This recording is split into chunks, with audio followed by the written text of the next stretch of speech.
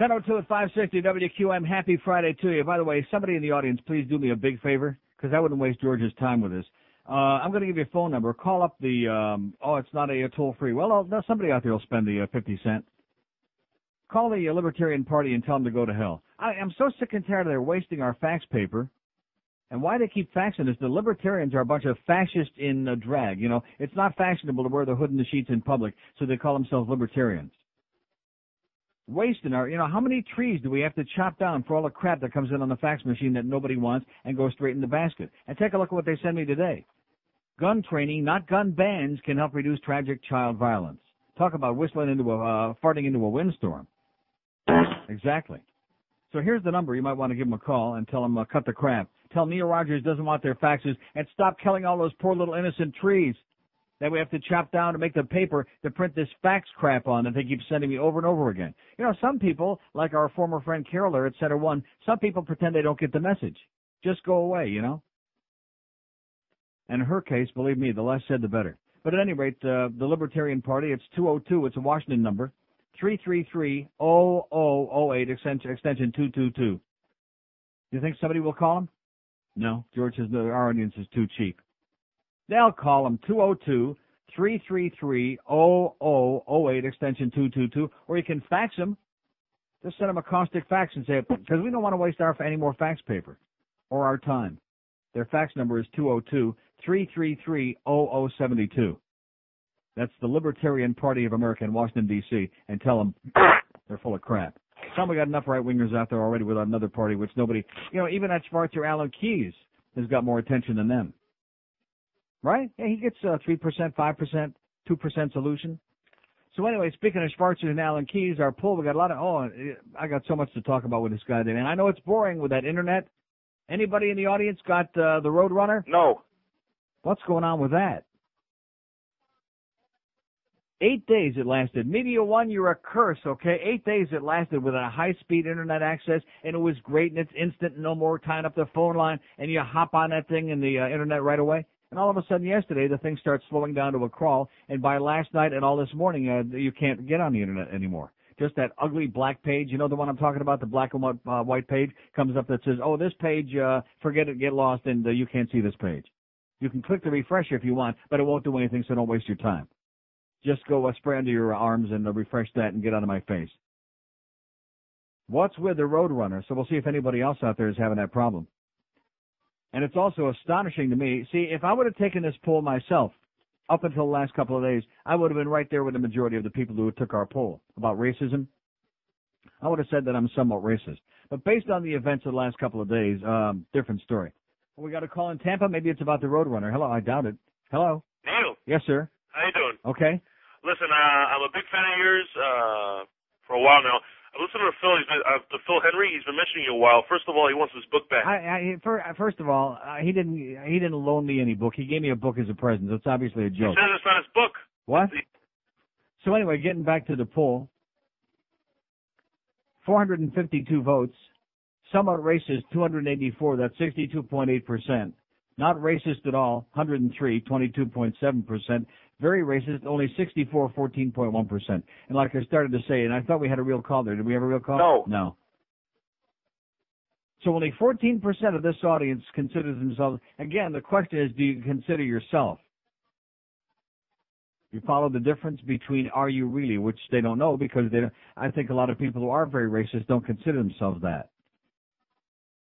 But up until this week, I would have said right there with the majority, with the 63%, I would have said, yeah, I'm somewhat racist, but not any more or less than most of your average schmucks out there in the street. But this week, I am very racist, and I'm going to make no bone about it.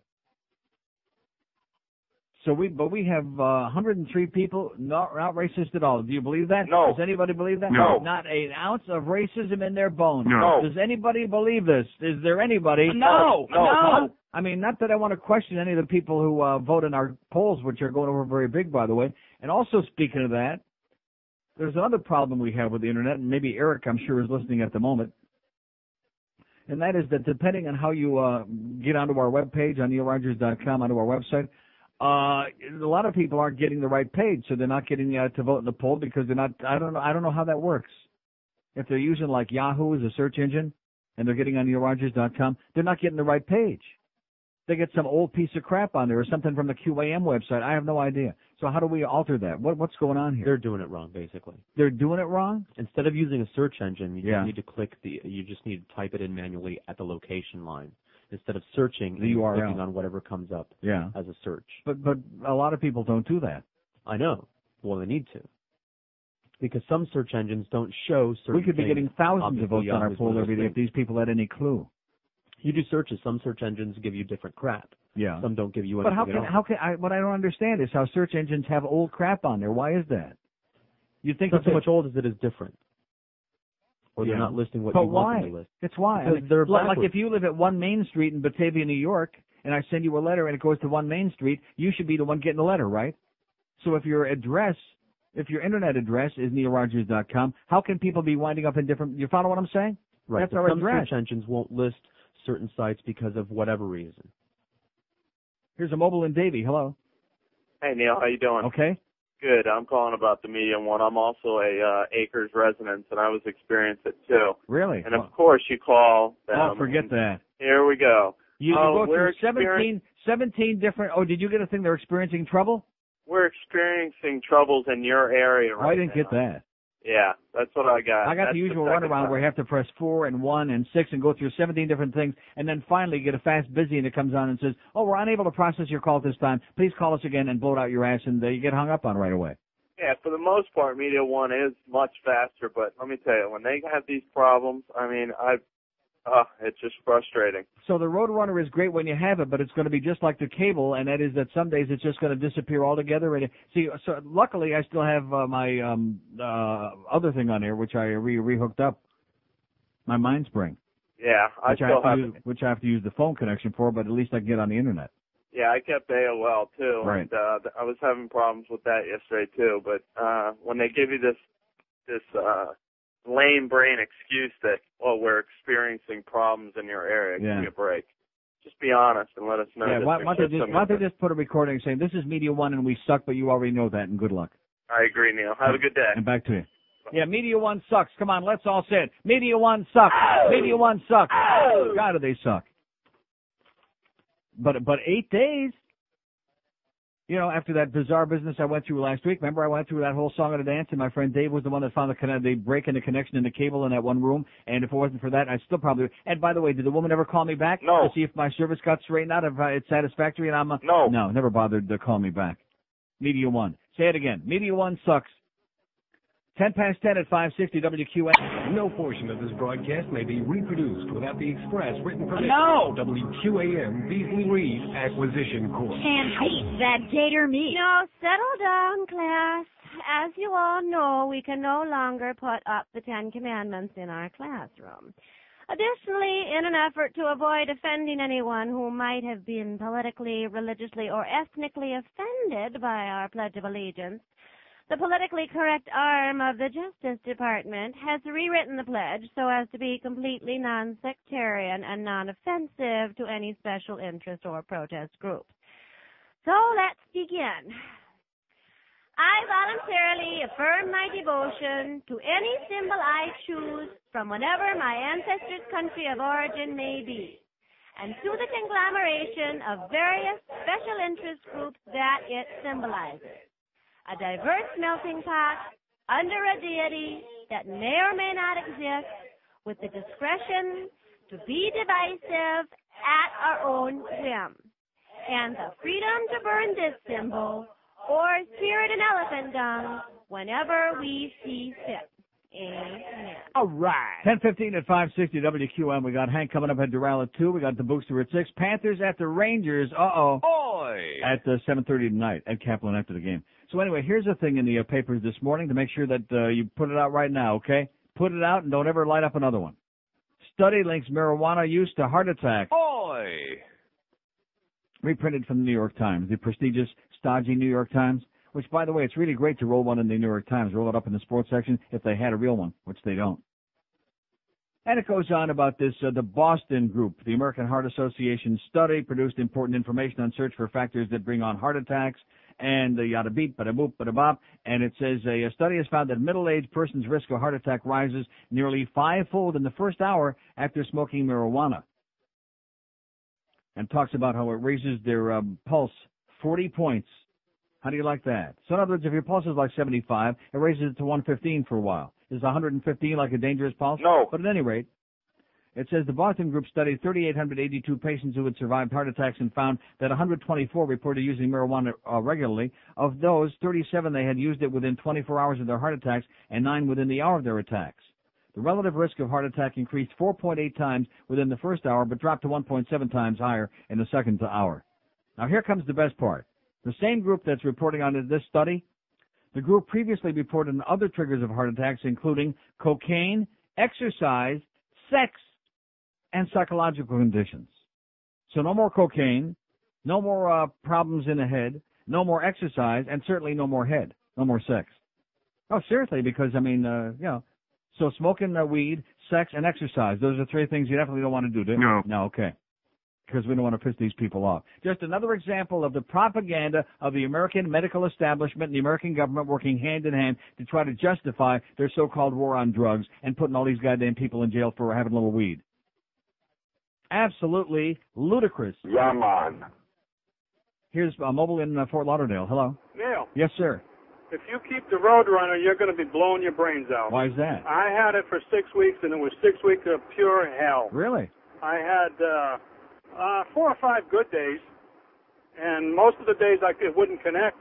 And when it did connect, it would be like a snail's pace. Why the hell is that? Well, they give me the excuse that it depends on how many people are on in your area at the moment, because they can have as many as 1,500 people on one section. Yeah. And that slows everybody down to a crawl.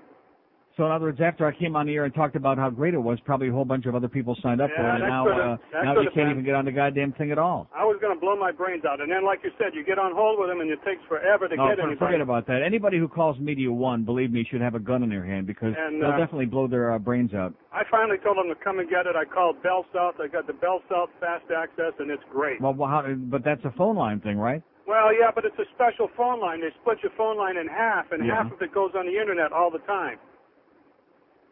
You don't need 2 phone lines. Right. But it works great. What is it called? Bell South what? DSL Fast Access. Okay. Give it a shot, because you're going to kill yourself with MediaOne. I'll give it a shot. You'll have a stroke. Thanks. Bye.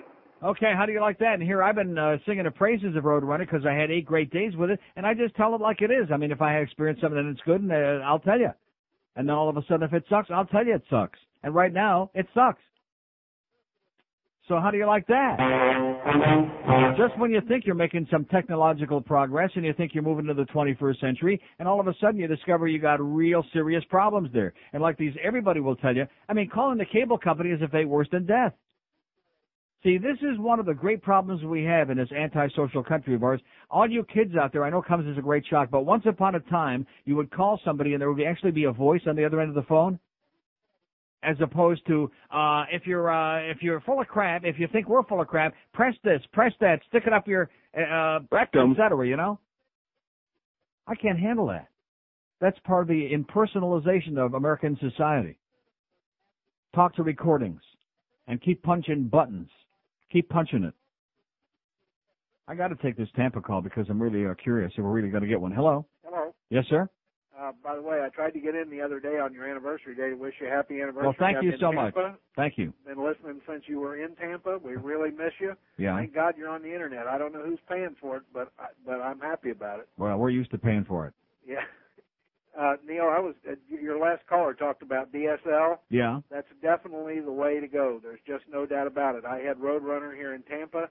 After 3 weeks, I called up, told them to take it out. So, in other words, there was a piece of crap there, too. I was no good? It was just stunningly horrible. I ran across an internet website to find out if DSL service is available in my area on my telephone exchange. Right. I put in my area code, put in my telephone exchange. It came up with, yes, it's available, and gave me the telephone company's number to call. Yeah. I called the phone company. 3 weeks later, I had DSL. I've had it for 19 months, and I have not had one single outage, glitch, or problem. And it's lightning fast like the RoadRunner is on the days when it's working? Well, DSL, unless you want to pay a lot of money, will never be as fast as RoadRunner. Yeah. Unless you want to pay a lot of money. But at least However, it's the same speed all the time, which is about 20 times as fast as your modem. Well, that's RoadRunner, when nobody else at all in times. your area is on the line, is faster. Yeah, the 500 problem times. is nobody else. There's never a time when nobody else in your area. Well, I must have just been lucky, and then I think I screwed myself by touting it on the air so much because a whole bunch of people must have got on there. Because yesterday, I mean, it was crawling. I've seen snails crawl faster than that, and then finally last night and all this morning, you just can't get on the net. You can't hook it up. Is there? I need to send you a link to this guy. This is some computer nerd. I don't know who he is. It's Clearwater Beach Cam's site. Yeah. But it's not links listed on his site. It's pages behind his site. Yeah. You know, it's a private, some computer nerd. He's got all kinds of tests for DSL and RoadRunner and all kinds of stuff that link directly to telephone companies. But well, I'll take your word for it because it sounds unanimous so far. It sounds like I got another lemon. Yeah, I know how to do it. Yeah, you know, how could you expect that cable telephone service would be better than cable TV service? Yeah, but I mean, cable TV, when a pigeon flies over, it does go up, but at least 99% of the time it's on there. Well, the same pigeon can drop on your internet access. And evidently did. Yeah. Neil, thanks a million. Keep up the super great work. Thanks a lot. Thanks for the bad news. Tampa. Okay. Bye-bye. So there's the guy from Tampa calling and says he had it over there and it sucked. RoadRunner. They should have stopped on that RoadRunner's ass a long time ago, I'm telling you that. That coyote should have got his ass before they started taking our money. And it's only a bargain, $39.95 a month, by the way. Oh, man. How do they do this to us? How do they sell us a bill of goods like this, a big song and a dance? And like I said, of course, when you start having the problems, can you get a hold of anybody to, oh, well, we're calling for tech assistance. Is anybody going to answer the phone? No. No.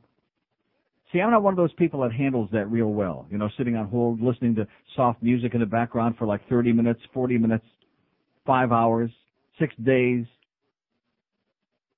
5670560, pound 560 on the AT&T wireless line.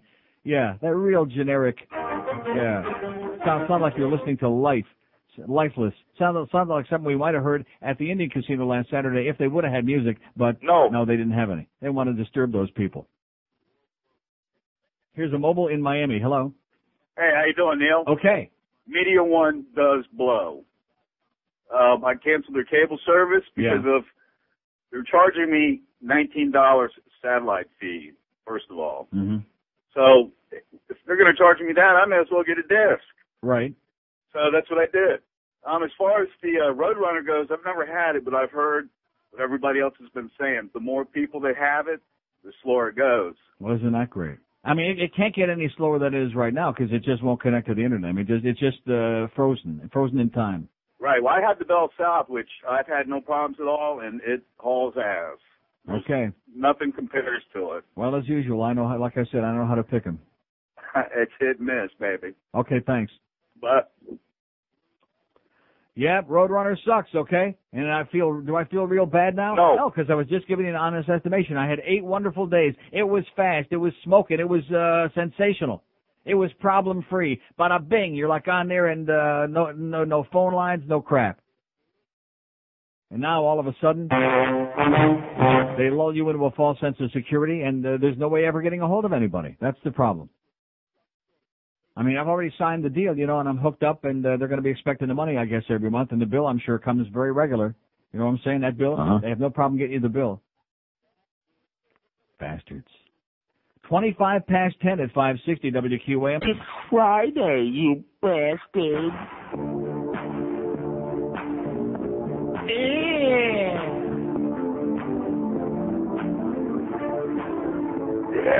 If you want a president as strong as hell, it's evident. Just use your brain.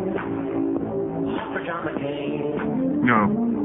Here's a guy blindfolded who refused to leave without his crew. Is he insane?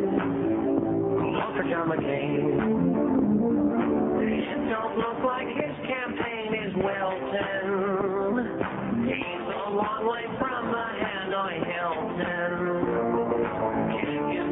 Taking names, no more political games, I say again. John McCain. Good point. Okay, 10:29 at 560 WQAM. I watched about 30 seconds of that Republican debate last night on CNN. Anybody else watch that? For about 20 seconds, like I said. And guess what they were talking about? About those ads again. And you done these ads, and you said I was this, and you done these ads, and you said I was that, and Pat Robertson never stole a freight train, and Jerry Falwell's a big-nosed piece of turd, bigoted asshole, and the Catholics are all bent out of shape with you, and that's it. See, thank God the American public doesn't want to be bothered with issues and things of any importance, and their priorities are, they got the WWF and Jerry Springer going, because then we'd have a problem. But they don't care about the issues. All they want to do is, in fact, if they just give them like a big tub of mud and they could like sling mud, I'm not talking about, I'm talking literally, not just theoretically. If they could literally throw mud at each other, it would be great. Food fight, yeah, something like that. Public would eat it up. They get a 90 share on that thing, easy. Our poll question today, by the way, is, do you like the Neil Rogers Show better with calls, without calls, or no difference? Yeah, see, we never did that on the Internet. We did that here, which, of course, I don't trust that. That's our poll question on neilrogers.com. Do you enjoy the show better with calls, without calls, no difference? 3 categories. Got it, Eric? Good.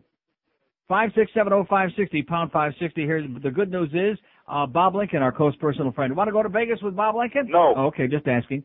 At any rate, Bob Lincoln says he's had the DSL service for a long time, and it's great. The bad news is that somebody, evidently one of my neighbors, called and said, we don't have it not available in our neighborhood yet.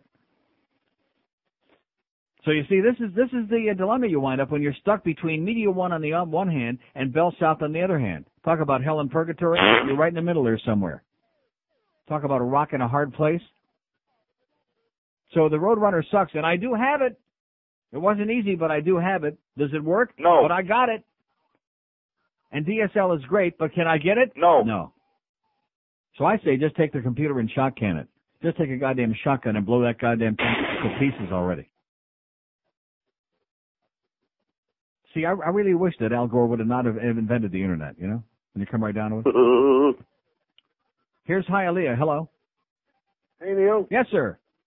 Congratulations on your 24th anniversary. And on the day of your daughter sweating. I go back to KAT with you and Alan Burke and all that. Wow. Listen, I'll let you go, but I signed up for MediaOne on the 26th of January. I've had 4 visits from the technicians, put quotes around that. Yeah. I've got nothing yet. You mean for the RoadRunner service? No, for the cable? Oh. And then for their broadband. Mm-hmm. So I say light up the TV first, and then we'll see about the computer. But until then, I'm sticking with America Online and the Bell South. Well, you're way ahead of the game, believe me. Yeah, it's maybe slow, but it's livable at this time of the day. Exactly. Okay. Hey, enjoy it every day. Okay. Easy. And don't forget, by the way, because he sounded like one of our very few, said, you've got to stick your spoon in it, lad. Don't worry, it's not going to break. 5670560. See, I hesitate to bring this up again because last time I brought this up, it made for a horrendous show, and I was very frustrated and aggravated, and I'm sure the audience was too because it's a boring topic. But nevertheless, I mean, if we're going to live in the modern age, if we're going to be with it, if we're going to communicate with each other, et cetera, and so on, and all you perverts out there that, and they had a study that came out the other day. Wait till you hear this.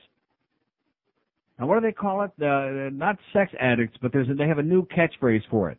People who are addicted to sex online. Did you see the story? No. If you spend more, I think the number was 2.5 hours a week online on sex websites, then you're addicted. Now, if it's like 2 hours and 20 minutes, I guess you're not addicted. You find, I mean, how do you make that determination?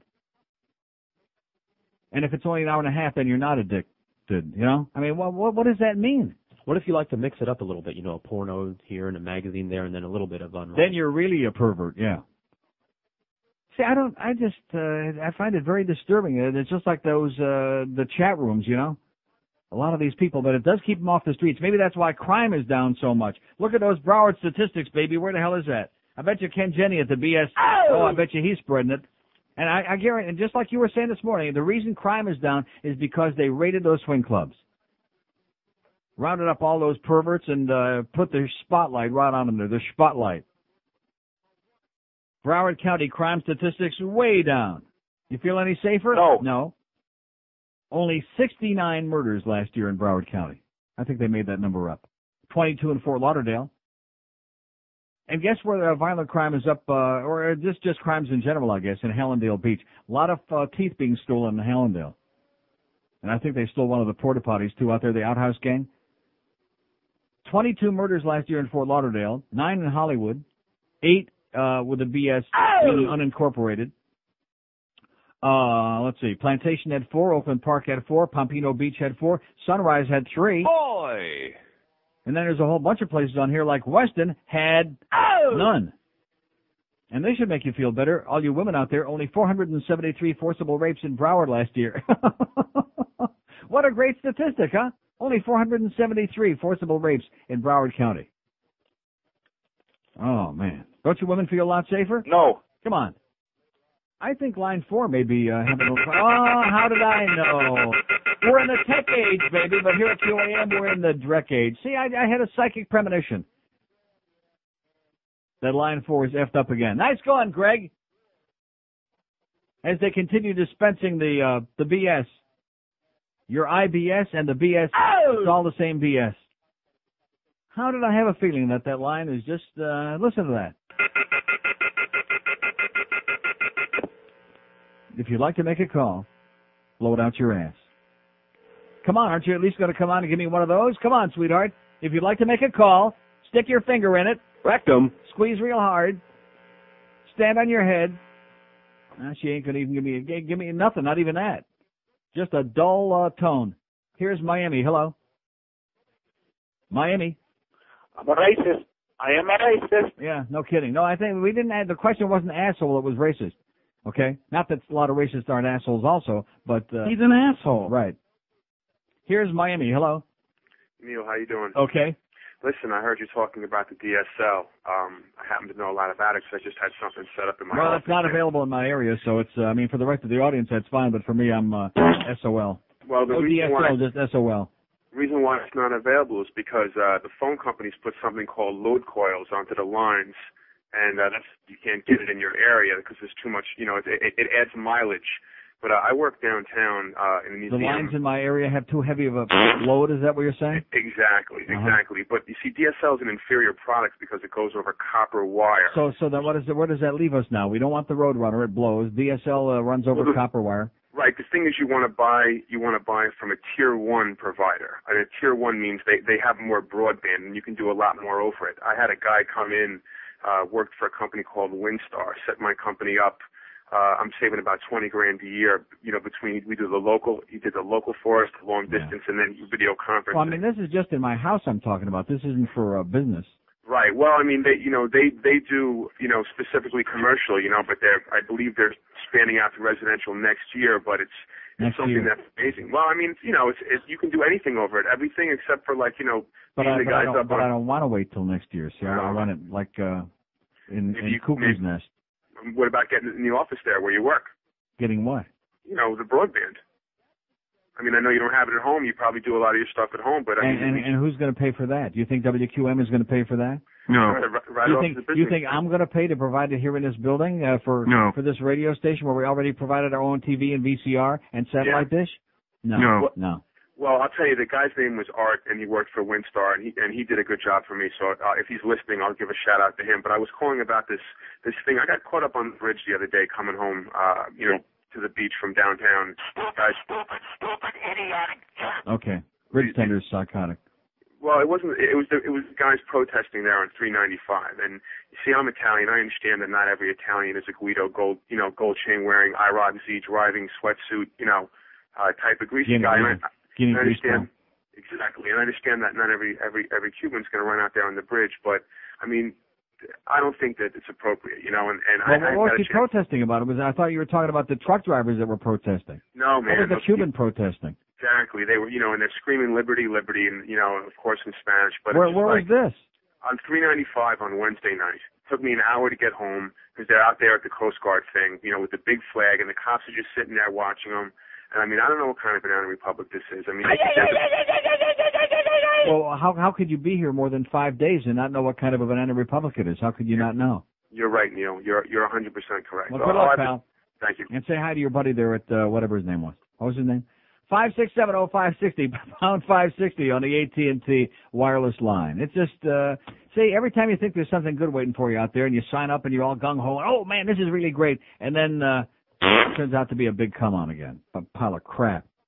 A big, smelly, heaping pile of Schmidt. Like a bunch of elephants have just invaded the hood. 21 before 11 at 560 WQAM. Para la guataquería. Well, stay in school, don't go out on your own. 'Cause there's a whole lot of stuff you just can't do at home. Search all around, but you won't see a CEO with a GED. No. Well, nothing compares to the marvelous feeling of making butter patties stick to the ceiling, smoking in the bathroom, making out in the hall, or hitting a fat kid with a speeding dodgeball. Ouch! Yeah, I remember that, boy. And throw a paper wad over the fire alarm, blow up the toilet with a cherry bomb, dissect a frog in biology class, find yourself a nerd and wedge his ass.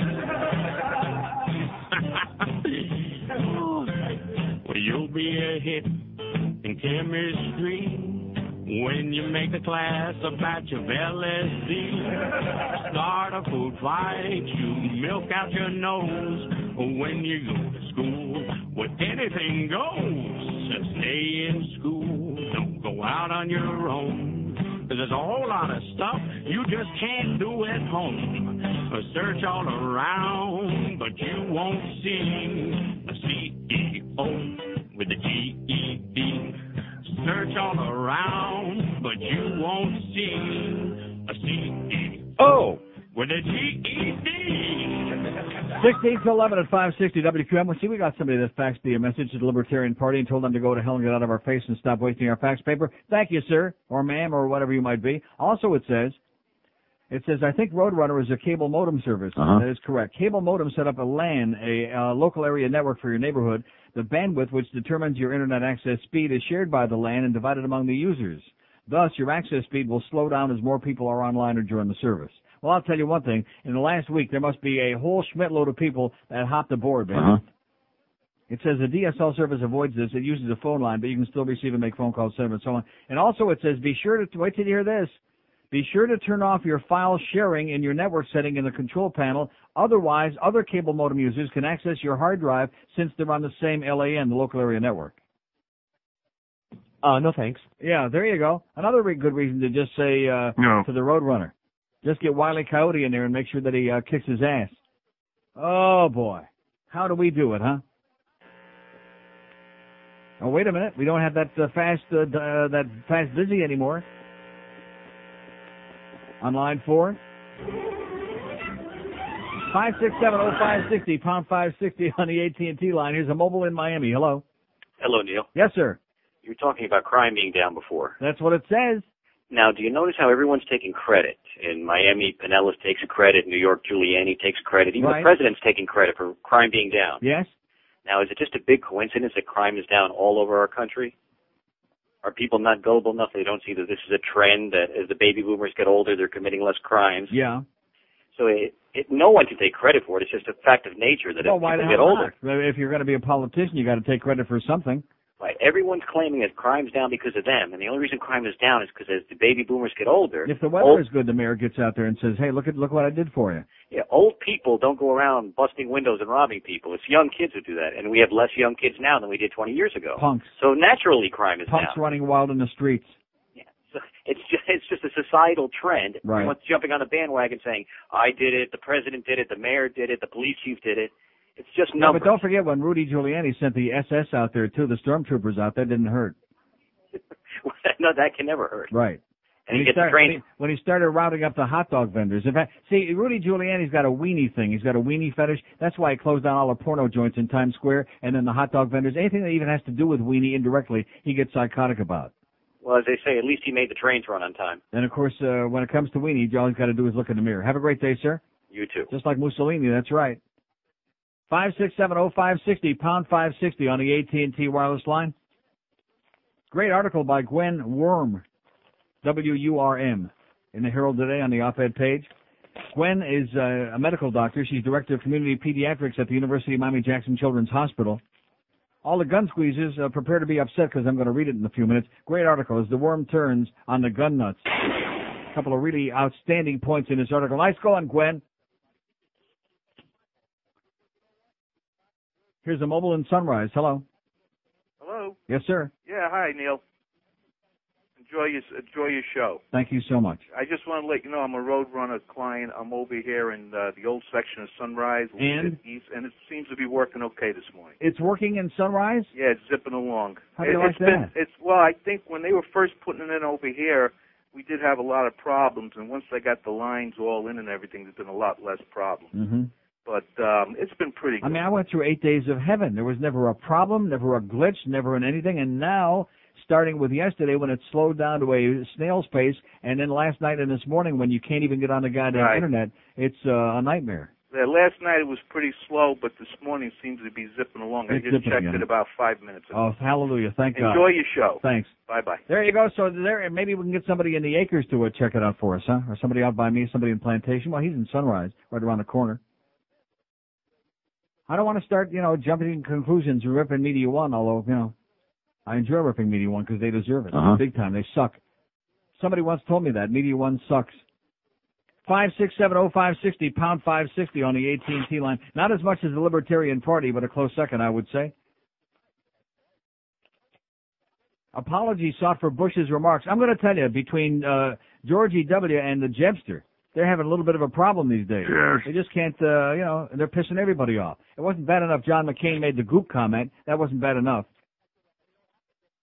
But now we got Jebster saying, this is beautiful. 16 South Florida legislators demanded an apology from Governor Jeb Bush yesterday for defending his brother's controversial appearance at Bob Jones University by comparing it with his own visit to a South Florida synagogue. Oi! Don't you see a tremendous similarity between Bob Jones University and South Florida synagogue? No. Or any other synagogue? No. No. If anything, it's a shot. It is a shot. Well, that's what he said. Like Jimmy said, we got a shot.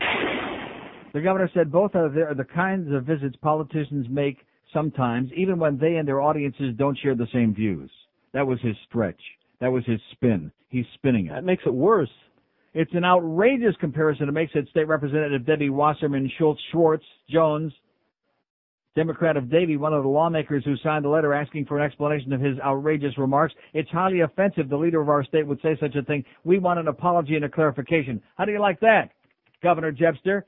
The people of this goddamn state are pissed off and fired up, and they want a frickin' apology. How do you like that? I will not give it to you. Well, that's what they want. We want an apology. I will not give it. We demand an apology I will not right give it. now. I will not give it to you. Prick.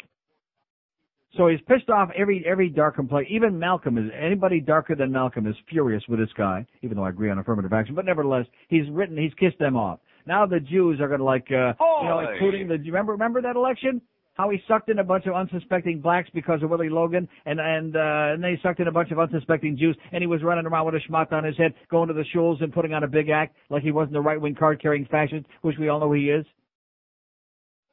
The trouble began on NBC's Today Show Tuesday when Bush defended his brother's visit to the South Carolina school, which prohibits interracial dating, bars gays, and whose founder once labeled the Catholic Church a satanic cult.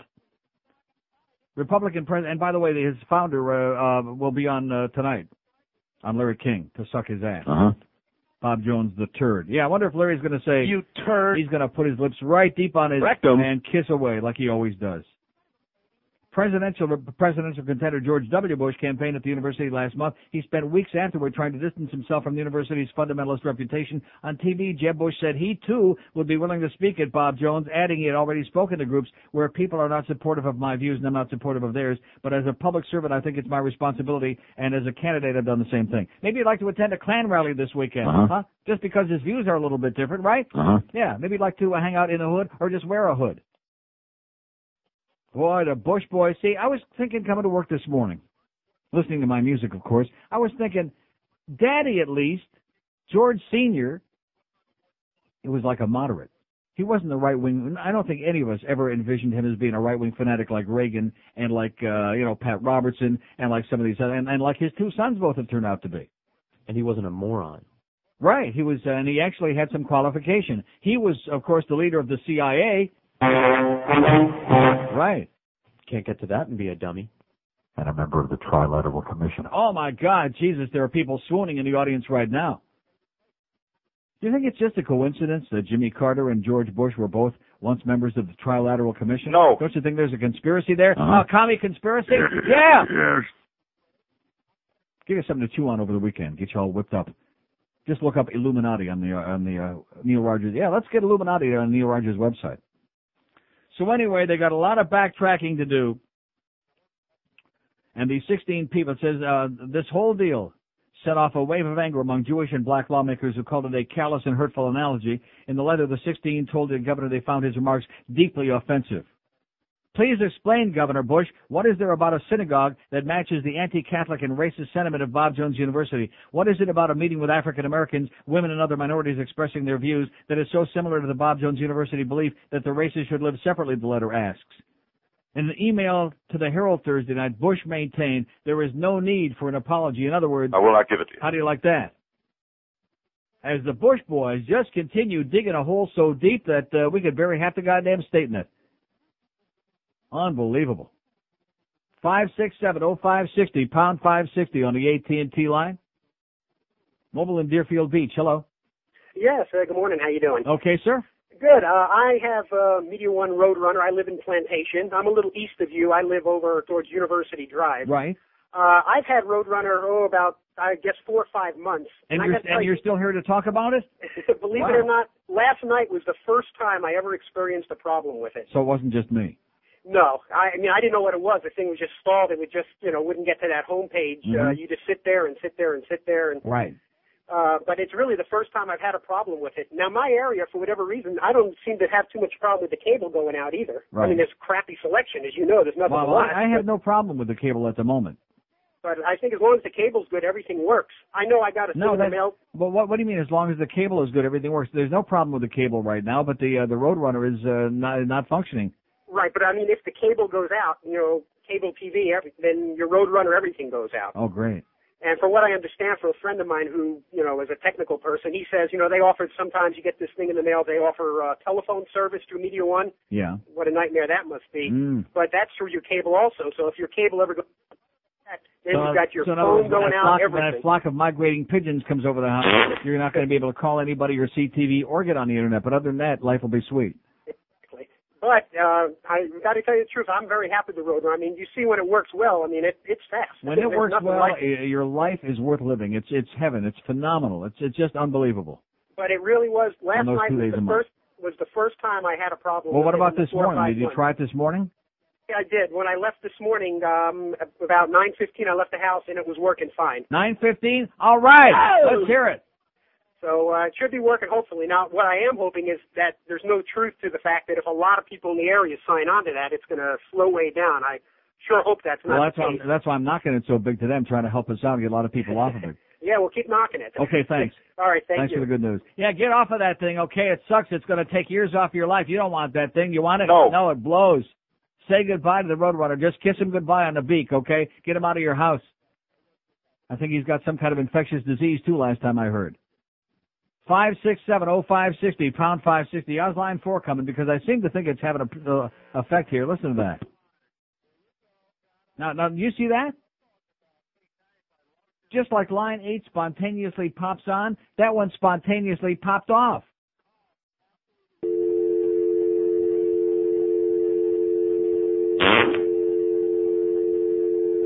But I'm not discussing it, okay? I'm not going to discuss it. Maybe my hotshot attorney, Norma Kent, my hotshot, highly publicized, limp-wristed attorney, can discuss that at lunch with Greg Reed today. Since they're going to talk about my doing the show from, other places. I mean, this has got to be one of the great jokes of all time. Talk about a sense of humor. We can't even get a studio that works here in Miami. I'm going to do the show from, more than 10 miles away? No. Oh, brother. But don't forget that new phone system. It's on the way. See, there's all this amazing technology all around, and for some reason we just can't seem to tap into it, and the technology either. 4 minutes before 11 at 560 WQAM. Hey, stupid! WQAM, Miami, Fort Lauderdale. It's Friday, you bastard. And now, on the campaign trail with George W. Bush. Today, America's candidate addresses the unionized workers at South Carolina's Turbine Town Factory. Great to be here in Nevada. South Carolina, Nevada. I want to be your president because I can relate to the ignorant blue-collar worker. Don't say that. The ignorant worker all over the world. Hey, Bush, what do you know about working? Never have worked a day in my entire life. Hands smooth, silky, palm olive, you're soaking in it. Let's go to the next question. Yo, May! Yes, sir. Yeah, well, you gonna legalize marijuana? Good question. Important. Substantive. Marijuana legalization? No. Absolutely not. Cocaine? Yes. PCP? Heroin? Probably. Barbiturates? Amphetamines? Without a doubt. Without a doubt. Now you? What are you gonna do for the black man? Thanks for asking. First thing I'd like to do, see me one up close. Not too close, no touching. Perhaps maybe get a what? Can I get a what? All right, George W. Bush, thank you very much. We gotta go. Can I get a what? We gotta go. On the campaign trail with George W. Bush. Okay, it's 11:03 at 560 WQM. Happy Friday. Here's one of the best things I ever received in my life in the mail. It's what's the date? Spring 2000 edition of American Heritage of Invention and Technology magazine. Not because there's anything innovative in it, but because on page 5 is a picture of a woman spritzing pesticides. I guess DDT it is. It says, just as a point of information in your article, The Short-Lived Miracle of DDT, there's a picture of Mrs. G. Goldstein of Brooklyn spraying her Brooklyn apartment with Army DDT in 1945. Are you getting a little idea of where we're going with this, of who the fat, chubby baby is in the crib, by the way? I'm a fat Jew. The caption says, her young son is present to demonstrate its safety. It may not have been so safe. That baby grew up to be porn mogul Al Goldstein, publisher of the newspaper Screw Magazine. That's a framer. Yeah. And wait till you see the baby. Talk about a chubby baby. He's about, I think, like 8 months old in that picture. He weighs 155 pounds already. Oh! Nice going there, Al. God. We gotta save that for posterity. Thank you so much, whoever sent me that. Steve. Thank you, Steve. Chubby Al Goldstein. I'm a fat Jew. And if that isn't good, yes? It's all coming together now. It is. That's what he always says, let's all come together. Squirt, squirt. South Carolina blocks King holiday proposal. Columbia, South Carolina legislators blocked a bill Thursday establishing a holiday for Dr. Martin Luther King, leaving the state the only one in the nation refusing to honor the slain civil rights leader. Of course, remember back in Arizona when they were trying to block it too, which they did effectively, didn't John McCain vote against having it? Uh-huh. Yeah, until somebody said it's politically incorrect. He said, oh yeah, it was a bad idea. I'm all for it. House Republicans in Columbia, South Carolina effectively killed support for the bill by tacking on an amendment changing the proposed holiday to Civil Rights Day and adding language defending the Confederate flag as a symbol of the state's heritage. Are you ready for that? This is just like the Jeb Bush thing with Bob Jones and the synagogue. So not only don't we want the Martin Luther King Day, but also we're going to help defeat it. We're going to tack on their thing with a Confederate flag. Civil Rights Day for rednecks is what they want. Isn't that it? Uh-huh. Yeah. In South Carolina. And by the way, didn't George W. win South Carolina big? Uh-huh. All them good right-wing Christian conservatives, didn't he do pretty good? Uh-huh. Yeah, he done good. South Carolina. So next time you're up there in North Carolina, just remember, it's only a turd drop away to South Carolina. That's why there's a border. Oh, They don't like each other. Mm-hmm. They have some nice beaches, though, like you said. Oh, yeah, they do. 5670560, pound 560 on the AT. Too bad we got rednecks own the beaches, just like over in on the West Coast. Panama City. God, are those beautiful beaches. The people over there. Speaking of people on the West Coast, here's a call from Fort Myers. Hello. Yes, thank you for taking my call. Yes, sir. Thank you for...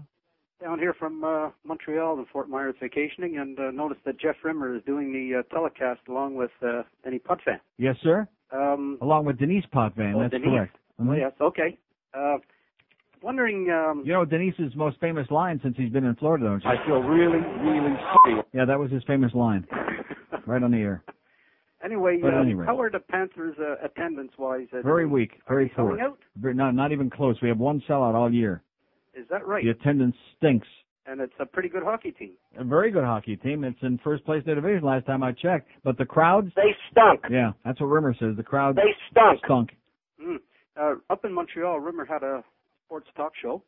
And if you ever get to talk to him, you should ask him what happened. If I ever get to talk to him? Yeah, do you ever get to talk to him? I was in his house yesterday, and he was showing me pictures of his former very fat days. He was a monster. I don't know if it was in Montreal where he was. He was a big, fat guy. He was huge.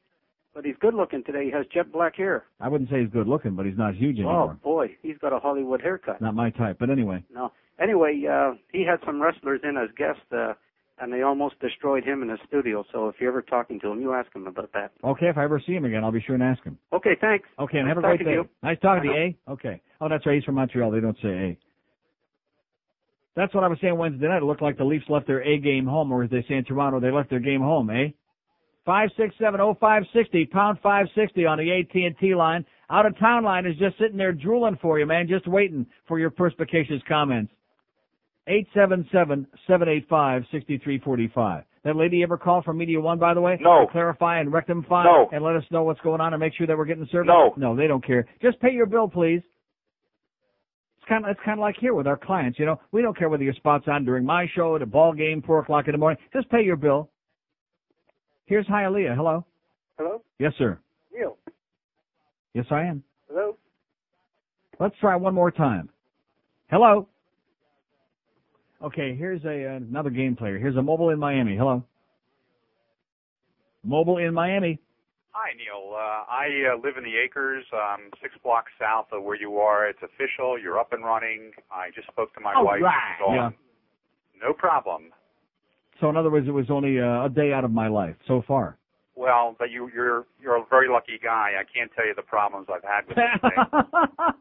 Unbelievable. Really? I mean, and including they had to rip up my lawn, and which they ripped up my phone line. They ripped up my sprinkler system. They are good about paying you. Yeah. But it was a nightmare for the first 3 months. I had service maybe 3 days.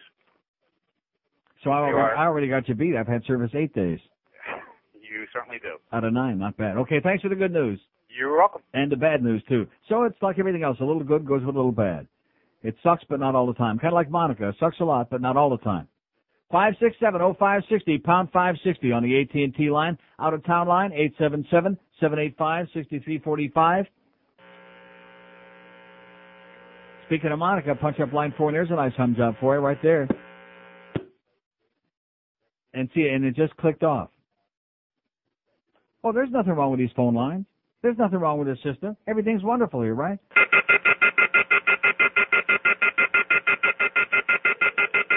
$11:09 at 560 WQAM. Spread 'em and say cheese. And now it's time for language lesson of the day. Repeat after me. Mi amor, eres más bonita por excepto tu mustache. Which means, my love, you're very beautiful except for your mustache. Hasta Winnebago. Okay, it's 11:13 at 560 WQAM. Eric from Univerca with our website. He's on top of it, taking care of those problems I talked about before with the website and with this and that and bada beep, bada boop, bada bop, etc. Don't forget our poll question today. Do you enjoy the show better with calls, without the calls, or no difference? And then we should have put one on there that it sucks either way, but then, of course, they would have all voted for that. All the smart asses out there. Like that great chat room that we had. I remember that? Uh-huh. Oh, boy. See, that's the thing. The Internet has got so much interesting crap on there, and but in the meantime, unfortunately, at this stage of our lives, it is still dominated by a bunch of nerds and lifeless assholes. That's the real problem. Computer nerds. Here's Miami. Hello. Hello. Yes, sir. Hey, guys. How you doing, Neil? Great.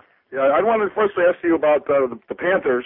Do you think that they're going to get somebody for defense, or they're going to get anybody when the trade comes up? And also, what about with the Miami Heat? I mean, they were great in the beginning. What's the Miami Heat? Why do I care about the Miami Heat? Oh, okay. You only care about hockey. I couldn't care less about basketball. I only care about you. You're the best. Right. You're the best. I like the way you express yourself, and I miss you from Whammy.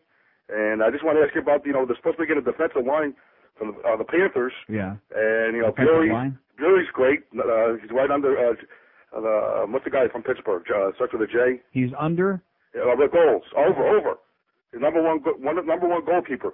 Number one goalkeeper, yeah. Maybe the defensive line. Okay, listen, have a great day, pal.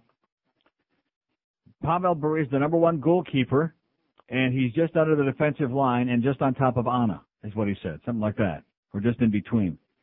567-0560, pound 560. By the way, speaking of John Henry, my good close personal friend, John Henry, you know him? I must be crazy. I must be nuts. Yeah, that's the guy. They got 624,000 letters to the editor in the Herald this morning, and each and every one of them says no to this cruise tax idea. It says the heading they got for the letters here in the Reader's Forum, cruise ticket tax is a terrible idea. Yes. Or like, terrible idea.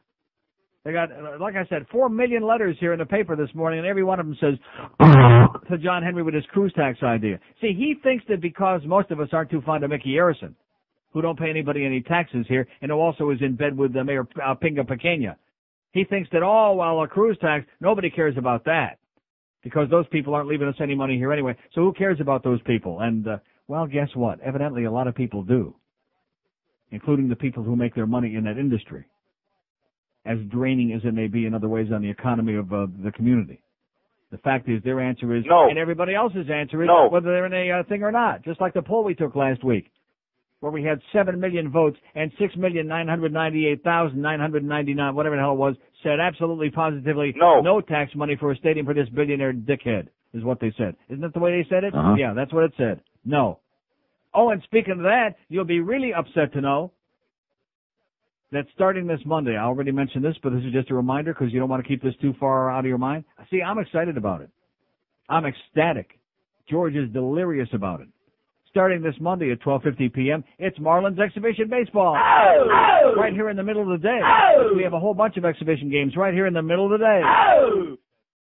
Screwing up my ratings and Hank's also, but nevertheless, we're just doing the best we can.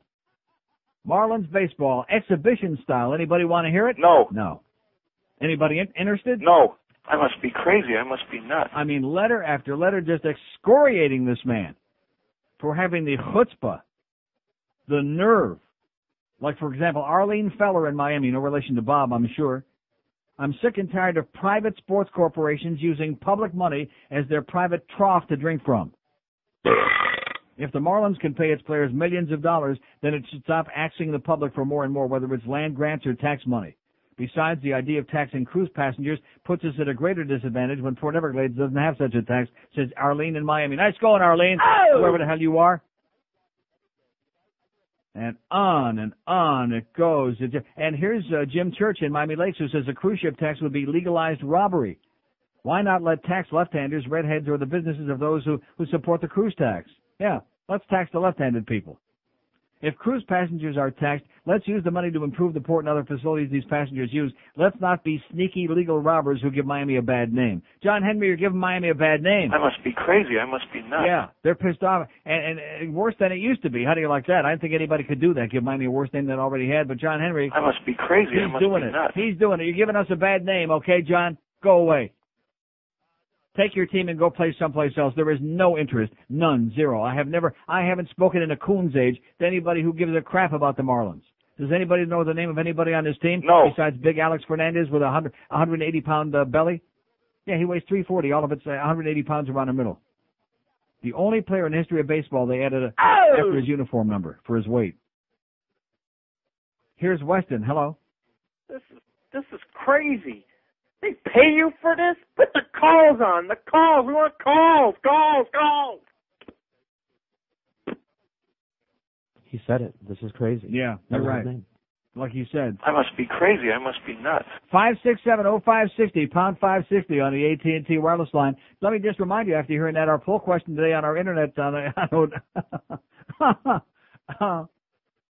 yeah, the calls really, I did my thing there for 3 weeks in December without the calls. It was a glorious experiment, tremendous positive reaction. And then, of course, starting January 1, I went back to this. January, February, now a couple of days in March, we've experimented, attempting desperately. Not only don't we get a lot of calls, but what we do get is pretty much like what you just heard there. That guy, that misfit, that simpleton, that whack-off. That's what we get. Here's a mobile in Miami. Hello. Hey, Neil. Yes, sir. I was going to say I was for the calls, but after that last idiot, I'm not so sure. Uh-huh. But anyway, well, what do you mean after him? one. That's representative of about 50% of the calls that we get. Yeah, that's true. Uh-huh. I live in Plantation, had MediaOne for about 6 months. Yeah. And there wasn't a day where it wasn't down for either 5 or 10 minutes or sometimes just about the whole day. Now, after they had about 16 different Tom, Dick, and Harrys come out there, they couldn't figure out the problem. They finally had this one tech out that came last week, and it's been up ever since. And let me tell you a few things you did, and maybe it's applicable to you. Yeah. One is you only need to have one line coming in for, you don't have cable anyway, you just have satellite, right? I have cable. Okay, well, you have to have the separate cable line just for the RoadRunner. You shouldn't use the same line for the TV and the RoadRunner, so he separated that. You put in an amplifier to boost the signal. Really? He made sure there was no filters on there because the filters that they use for the cable aren't applicable for the RoadRunner. He did all that. It hasn't been down since. So maybe you can I do know that I do know I have a borderline very weak signal for whatever reason. I mean, it worked great for 8 days, but when they put it in, they said it was a weak signal, but they got it to work. Put in an amplifier. Maybe that'll help you. What do you mean put in? Well, they put in an amplifier. Tell them that you got a bad signal. Well, how did you actually get a hold? How did you actually get a hold of a living person at MediaOne, sir? Yeah, good luck on that. Yeah, okay. Thanks. All righty. See you. 5670560, pound 560 on the AT&T wireless line. Here's Miami. Hello. Yes. Yes, sir. Hi, Neil. How are you? Good. Happy anniversary. It's all over. As far as the poll question goes, it makes no difference. Now, the poll question is on the internet, not on the air. Okay. We'll skip it then. By the way, crime is way up in Coconut Grove, apparently. I don't know if you saw the article in yesterday's Herald. No. They found a dentist down there that's apparently trying to profit from marijuana. They found a bunch of baggies in his house, a couple cases of papers, we saw that seeds, one, and they say if they can prove that he made like 10 cents off of selling this stuff. Electric chair. Well, we're not using electric chair anymore in Florida, but we'll make an exception in his case. Yeah, man. They're just going to take his house and his car and everything he's got. And his firstborn child and his chihuahua. Guess how much marijuana they found? Ounce. 5 plants. Uh-huh. So this guy's a big timer, I guess. 5 plants. Yeah, but they got a lot of seeds. And a lot of seeds. You figure out how many other plants could have grown from those seeds, and all of a sudden you got a whole Coxey's Army's worth of weed. Oh, I guess that goes to You got a hemp farm. Unbelievable. Thanks for the good news. All right. Okay. Bye-bye. I mean, what is there to say? It's just stupid. The overwhelming majority of the public. We'll take a poll on it one day next week. They're opposed to all these stupid, idiotic laws. Everybody in this audience is smoking the good stuff right now. Yeah, man. Oh, but you're all criminals and you're going to have a heart attack and the government says this. I got news for you. The food that the government, the food and the drugs, the prescription drugs that the government approves, the FDA, are a hell of a lot more hazardous to our health than any goddamn weed you're ever going to smoke. In addition to which, probably a lot of the danger comes from the impurities in the crap because people are buying unknown stuff off the street. You know what I'm talking about? As opposed to like good crap. I'm pretty sure she's just a beard, by the way, this Jessica Simpson bitch. Now, why are you making it look like that? You would do her in a heartbeat. Yeah, drop the scrawny. You're skinny. And she's got an ugly nose. And he's a lot prettier than she is, even with a bad nose. 5670560, right next.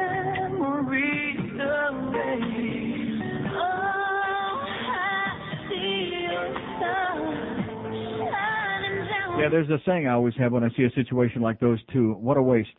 5670560, pound 560 on the AT&T line. Here's Coral Springs. Hello. Neil. Yes, sir. I just want to let you know I got the Libertarians back for you. I wound up calling up that number you gave out on the air. Yes. And what they said to me was that they were shocked that you reacted that way after one of the guys met. 5670560, pound 560 on the AT&T line. Here's the mobile in Fort Myers. Hello. Hey, Neil, what's shaking? What is it? Oh, what's shaking, he said. Come on, let's get with it, sir. You people are so slow today. Let's go. Let's go. Jesus Christ. I don't think I have to take the poll on the calls. God. Yes. Speak to me. Say something. Neil, baby. I drive down the road one day. Got this elder lady in front of me. Yeah. She stomps on the brakes. Squirrel run out in front of her. Yeah, okay, right. 5670560, pound 560 on the AT&T line. Out of town line, 785-6345. Better hop on these phones today, baby, because this could be your last chance with me, I'll tell you that. Regardless of what that poll says. I mean, we have reached an all-time low. It's been, getting worse and worse and worse and worse. And here, like yesterday, when I had this brilliant 45-minute monologue, and I get on the phone there, and the first caller is, and that was the best of the bunch, by the way. We maybe had like 2 people that had anything to say the whole show yesterday. How's line 4 doing, by the way? Hello? Here's a mobile in Stewart. Hello. Good morning, Neil. How are you? Okay. Excellent. I want to tell you there is a viable alternative between Mediocrity 1 and Blow South. Yeah. It's called Direct Duo, and you have DirecTV, correct? Yes. I get all my downstreams from Direct off satellite. My upstream request, I have to go through a phone line, but as for my downstream, and that's where you want your speed, is at 400 kbps. It's a smoker, so maybe you ought to check into it. So who do you call for that? You call DirecTV? Yes, sir. Okay. And you change your dish out. It's kind of an oblong-shaped dish. You change your dish out? Yes, sir. You still have the same LNB right beside the new LNB they give you for your modem. Plug it into it, plug the modem into your USB port of your computer, and you are jamming. Okay. So check into it, bud. Thanks a lot. Thanks. Go Panthers. All right. And I'm not taking my computer when I leave here today. I'm going to put it in the bottom of my pool. I think that's the best solution. All of this crap, I've had it. 5670560, pound 560 on the AT&T line. Out of town line, 877-785-6345. 26 past 11 at QM.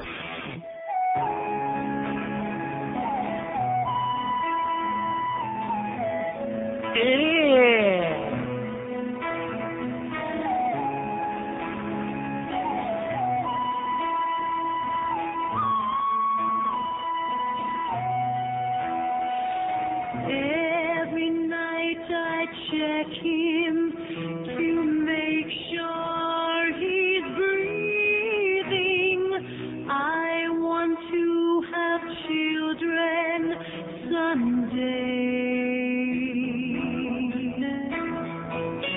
Dog has missed us, my husband shooting dust.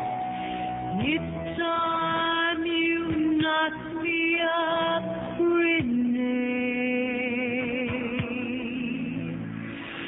Dear far, you spent in a jar. I just hope that his boys stay alive.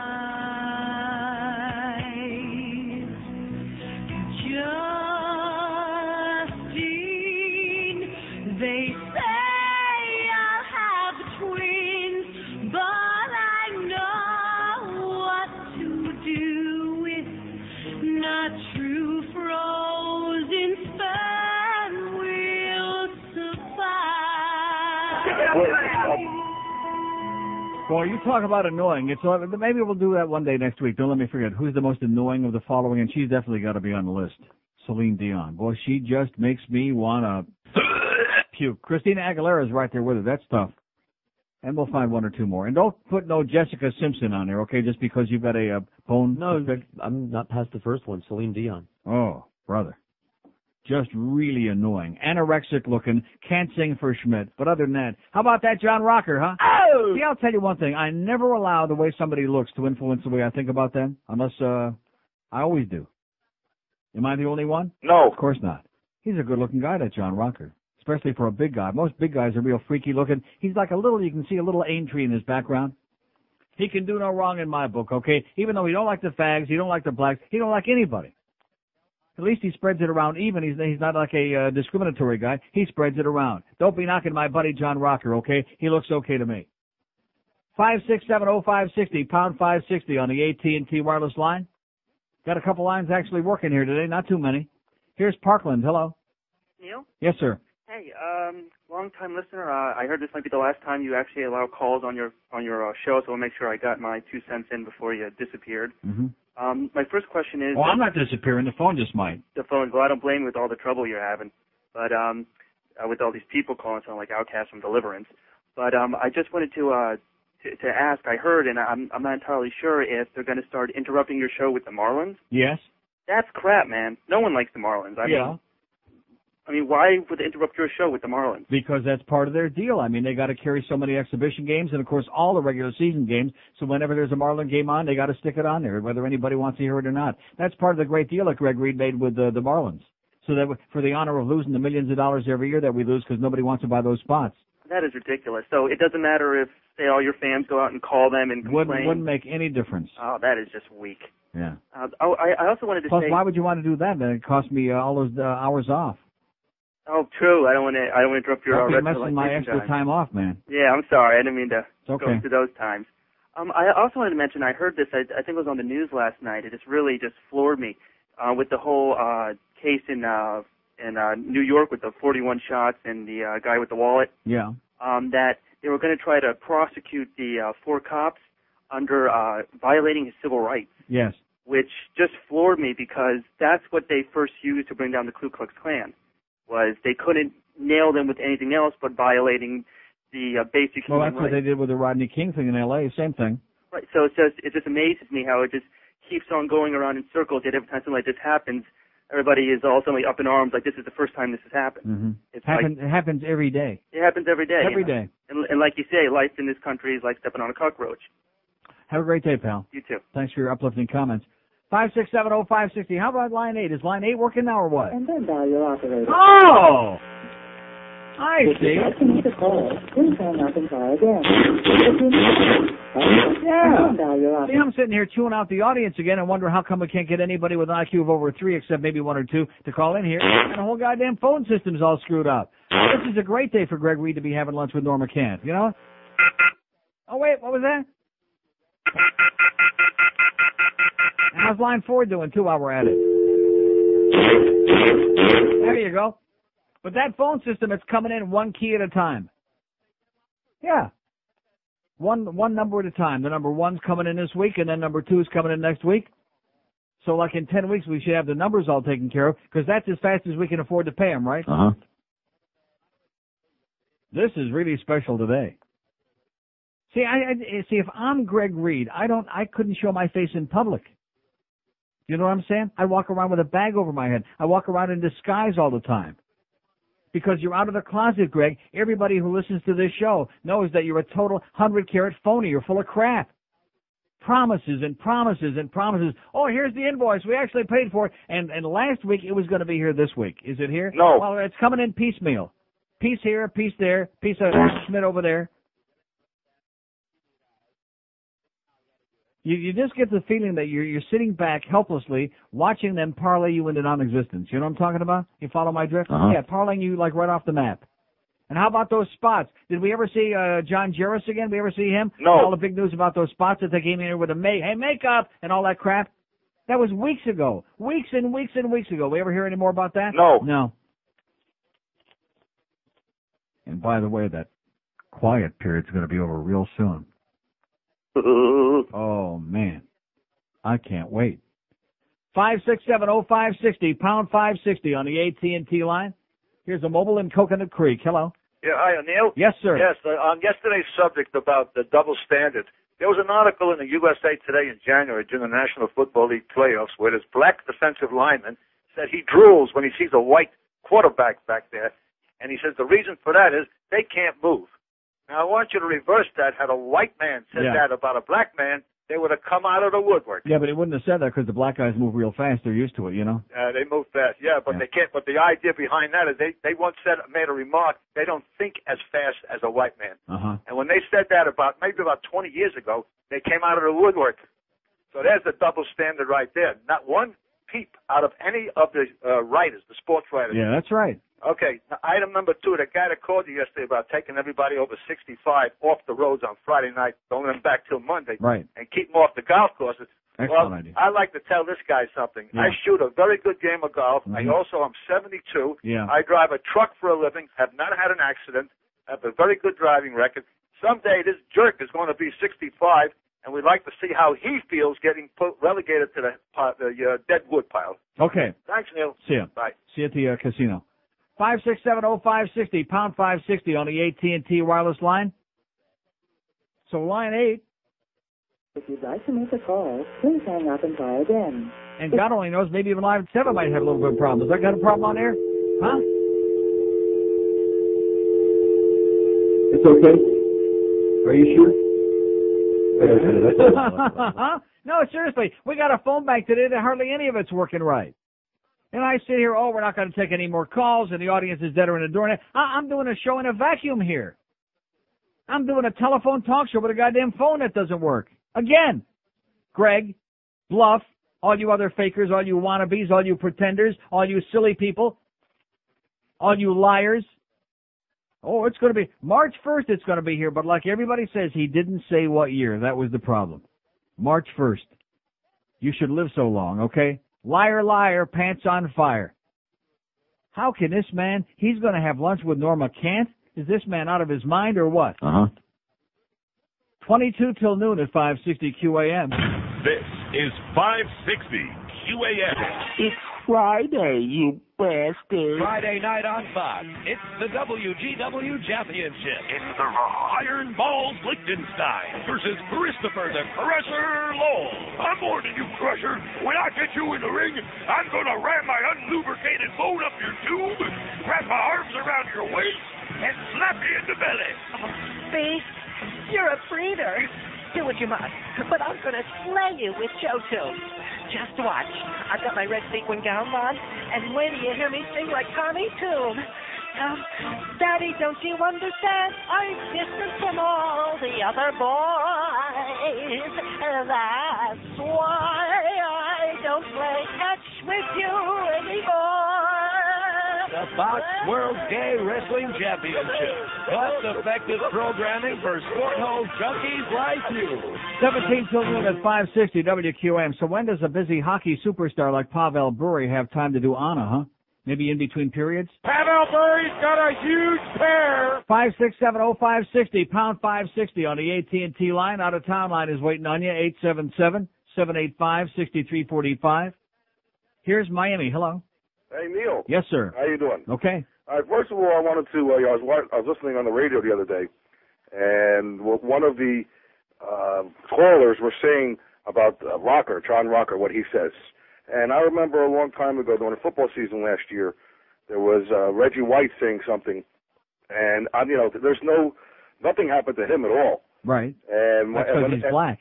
Excuse me? That's because he's black. Well, I mean, with affirmative action today, and I mean, this is the past. And the past, I don't owe. I'm a white American. I don't owe nobody I don't owe nothing to nobody, right. especially black Africans. And I feel black Africans. They're white Africans. I like that Martin Luther King, though. I like that. Yeah. But I feel that I don't owe them nothing. We all should be together, and nobody should be putting anybody down or anything like that. But it's still a constitution where we can say anything we want, and you express yourself as you always do, which is very good. And the whole thing is that when people, especially today with affirmative action, it's what you have upstairs, not what color you are. And you should get that job not just because you're white, black, Chinese, or anything. Right. So I mean, and also, did you know that Blue Cross Blue Shield is running the insurance for Medicare in Florida? That's a private company. Okay, thanks for the good news. 5670560, pound 560 on the AT&T wireless line. Got 1,400 open lines, and some of them actually work here this morning. This is quite a capper to a really great week. Here's Fort Lauderdale. Hello. Hey, Neil. How you doing? Okay. I haven't called you in a couple of years. We're dying over here, man.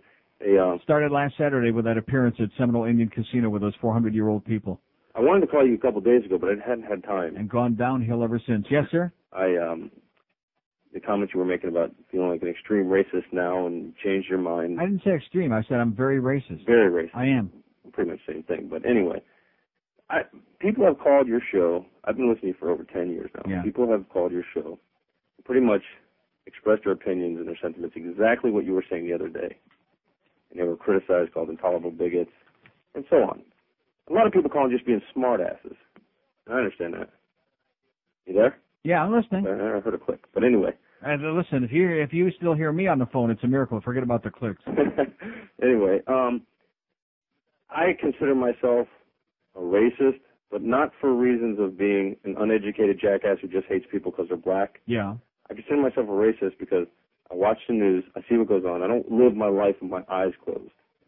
Okay, I see what goes on, and to tell you, I'm sick of it. And every one of my friends I know, and I don't hang out. I got a few black guys who are friends, but I don't really hang out with them. Every one of my friends, it's almost comical. Nobody likes black people, the white guys. None of them. It's not because somebody's skin is black. It's because. Well, let me ask you something. How come they all go to see the Heat games, the NBA? Not one of my friends do. I don't know who goes to see the. Well, I mean, I'll tell you right now, all white people. There are no black people in the crowd. They can't afford the tickets. Those are all white people, and there are almost no. There, a smattering, a handful of white guys playing in the league, but 90% of the players are black. I honestly. So if white people all dislike the black guys so much, how come they go to see him play? I honestly couldn't. How come they pay money? How come they pay money to see Mike Tyson with all his sham fights? I don't know. I think it's ridiculous. I tell you this. But they do. I don't like basketball, number one, because it's a black man's sport. Right. Okay, number one, I don't watch it. I couldn't care less about it. But you're not answering for why all the white people go there. If they all dislike black people, what are they doing there?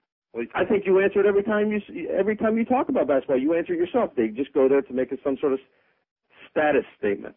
To go there with their cell phone. I don't know if they're really fans of the NBA. I couldn't tell you. Maybe they enjoy the sport, whether it's white or black or not. But in reality, they might not say it to out in the open, but when they have a conversation, 90% of the white people hate black people. I don't know that. I don't know that. 100% of the black people hate white people. Why do you say I know that? Why do you, sir? I'm not going to talk to you because you don't want to have a conversation. You just want to keep rambling and rambling and rambling. You know this and you know that. In other words, the whole world is through this guy's eyes. That's why I took the poll yesterday to find out what people do think. Even though obviously there's some people out there who don't perceive their own feelings very honestly. That's obvious. But this guy, I know this and I know that because that's the way he views it, so therefore I must know it. Do I know it? No. No, I don't know it. Ba ba ba ba ba ba ba ba ba ba ba. Just keep ramming it, man, ramming it. He'd be ramming it. 5, 6, 7. I think what he was basically trying to say, he don't like black people. Is that what he was trying to say? Could have said that in about 10 seconds. You don't like black folks. Okay, you're entitled. Here's a mobile in Miami. Hello. Neil God. Yes, sir. And Pavel is Jesus. Yeah. First off, from hearing you about an hour ago, MediaOne does suck. And second off, the thing about the marijuana and the heart attack, thank you, but I'll die with a smile on my face. There you go. Happy belated anniversary. Didn't get to call you that day. I'm a field technician, so I was in someone's house through most of your show and missed out. Okay. Your QA management sucks. I don't know who those people are, but they are just running you into the ground. They sure are. They're doing a hell of a job. Reaming your nerves and your, never mind. Well, thanks for the good news. Your website is excellent. It is. I love it. I downloaded Prisoner of Love, and it's wonderful. Okay. One of my favorites. See. Anyway, the National Basketball Association. Yeah. If it wasn't for professional sports, most of these guys would be in prison. It's phenomenal. Half of them ought to be in prison anyway. Okay, thanks.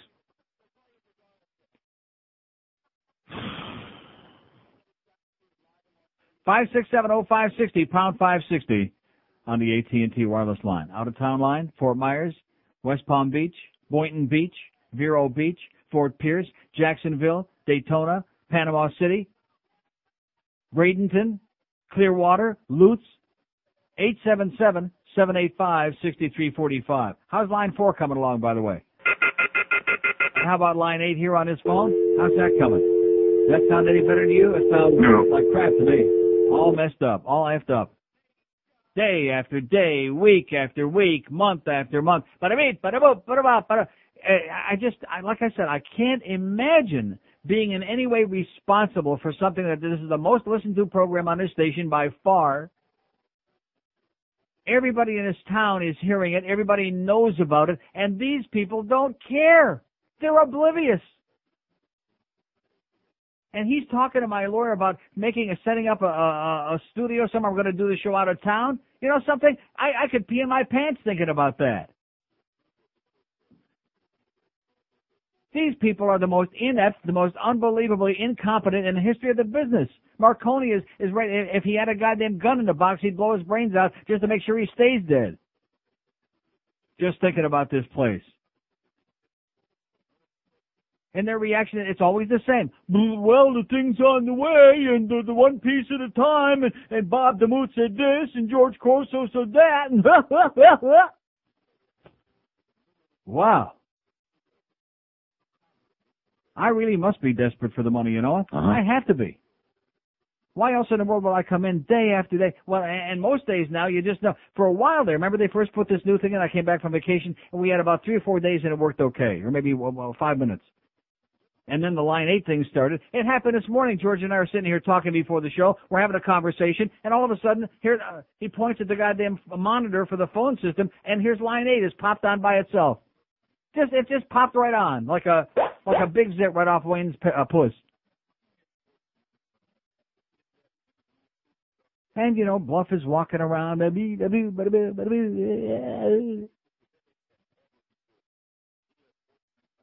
Hialeah. Hello. Good morning, Neil. Yes, sir. How are you? Happy Friday to you, sir. Yeah, I hear how you are, right? I'm okay. I'm not going to get sick again from these people. They made me sick for 6 weeks with that IBS. I'm not going to do it. Screw them. I told you that. If this is the way they want to run a radio station, that's their business. There's nothing I can do about it. I told you they're trying to die before that. That way they don't have to live up to their contract. Yeah, that's true. Could be. I got a few things to talk to you about. Only $50. Yes, sir. Okay. Whenever I have, friends or acquaintances that talk about all the racism that's here, and they try to take the color of their skin as an excuse, I just point to them, the Haitian community. I have a lot of friends that are Haitian. Yeah, man. Here's a group of people that's come from not a third world nation, but a fourth world nation. 10th world, yeah. Many of them without, a higher education. Many without lower education. Right. Speaking not even the English language, but the prevalent language here was the Spanish. Right? In this community. Yeah. Speaking neither of the above. Exactly.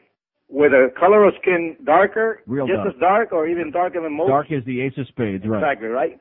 And here you are, because I lived in North Miami, and I said, you could see that community.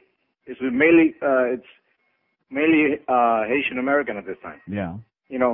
So what excuse? Did they finally stop putting the diapers out there on the front lawn? That was when they, no, seriously, when they first came here, the Haitians. Yeah. I mean, they were like peaceful, etc. Yeah. But they kept throwing their diapers out there on the front lawn. People started getting a little bent out of shape about that. Yeah. Yeah, man. Yeah. And between making those 20 and 30 babies in each household or whatever. Yeah. So how can they keep make using, a lot of babies? How can they keep using the color of the skin as an excuse when these people have come with but they've come and done what? I mean, what is it you're trying to tell me? What have they done? They come here without nothing, without an education. Well, that's because they work cheaper than the African Americans. They work the cheapest of all. But they work hard. And if the American black people work for 8 cents an hour, they'll work for 5 cents. But at least they've accomplished something. As they got their own houses, they got decent jobs. They put their kids through college. No, I'm not really sure which group actually spits in the soup a lot, but we'll have to do a survey on that. And in the same note, remember what you said about Hallandale's crime rate going up? Yes, sir. Have you taken a drive through Hallandale lately? No, not recently, thank God. Well, the complexion has changed slightly. Yeah. Well, that still depends on which side of the railroad tracks it is. It's darkened up a lot, yeah. Well, you take a drive through there, you'll see some changes. Okay. Which might explain the crime rate. Thanks for the good news. Okay, thanks. Have a great day. Is he trying to say that dark folks are committing a lot of crime? I'll be goddamned. Bet you those Haitians ain't doing it. 56705. They may be spitting in a soup though. 5670560 pound 560 on the AT&T wireless line. Let's do Cape Coral, okay? Because we have so many articulate, intellectual people in Cape Coral. Hello. Thank you. Yes, sir. I had a couple things I wanted to talk about. First, I love your show. It's refreshing to hear somebody speak their mind. Yeah. Too bad these bastards here don't understand it. Yes. I don't think, although it appears that black people commit crimes and people of color, it's actually poor people who commit crimes because they have nothing to lose, and it just so happens that. You mean like Ted Bundy? Well, he's an exception. Oh.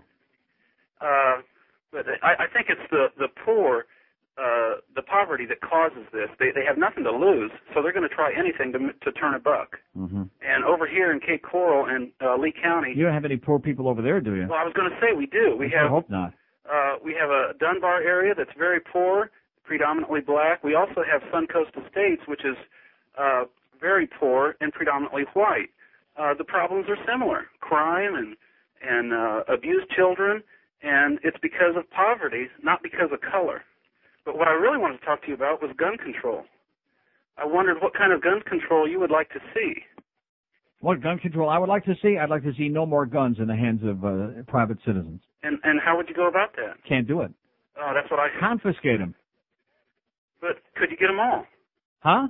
Could you get all the you guns? can't get all of them, but you get as many as you can. You go around and you knock on the door 3 in the morning and say, we're here to take your guns and cut the crap, and that's it. You go in there and take the guns. You do a search. The problem is... You do a strip search, you look up there, Rectum. if they're hiding one in there, you yank it out. That's right. When it's out, yank it out. The problem is the genie's out of the bottle. We can't make guns go away. I could Okay, build well, guns... let's give one to everybody. Let's give them to all the little kids. At least put them on not even. kids. No, seriously, little kids, then they're all on even footing. So, if, like that little kid in Flint, if he pulls a gun, at least you got a chance to shoot back, you know. Yeah. Well, And make sure there's a bullet in the chamber already, because they were showing how much force it takes to pull the trigger. But if there's a bullet in the chamber already, even like a little 6-year-old kid, no problem, can blow your ass away. Listen, have a great day, man. Okay. Gotta go. 3 minutes till noon at 560 WQAM. This is 560 QAM. The Neil Rogers Show. Sports Radio 560 QAM. Sports Radio 560. Oh!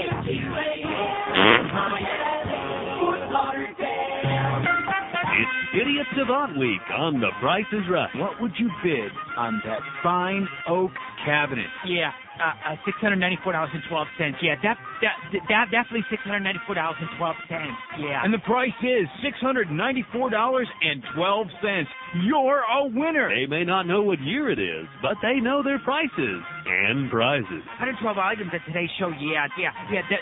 Definitely 112 items at today's show. Don't miss a second of Idiot Savant Week on The Price is Right. What's the name of the guy in first? Who? The guy in first. Who? The guy in first. What's the name of the guy in second? Who's the name of the guy in first? I don't know. Too bad. 1201 at 560 WQM. I'm going to leave in a little while because the phones aren't working too good today, and I'm getting really sick and tired of this crap, and Joe Costello came in, so George will be doing the show at 12:30. I'm getting the hell out of here. No, seriously.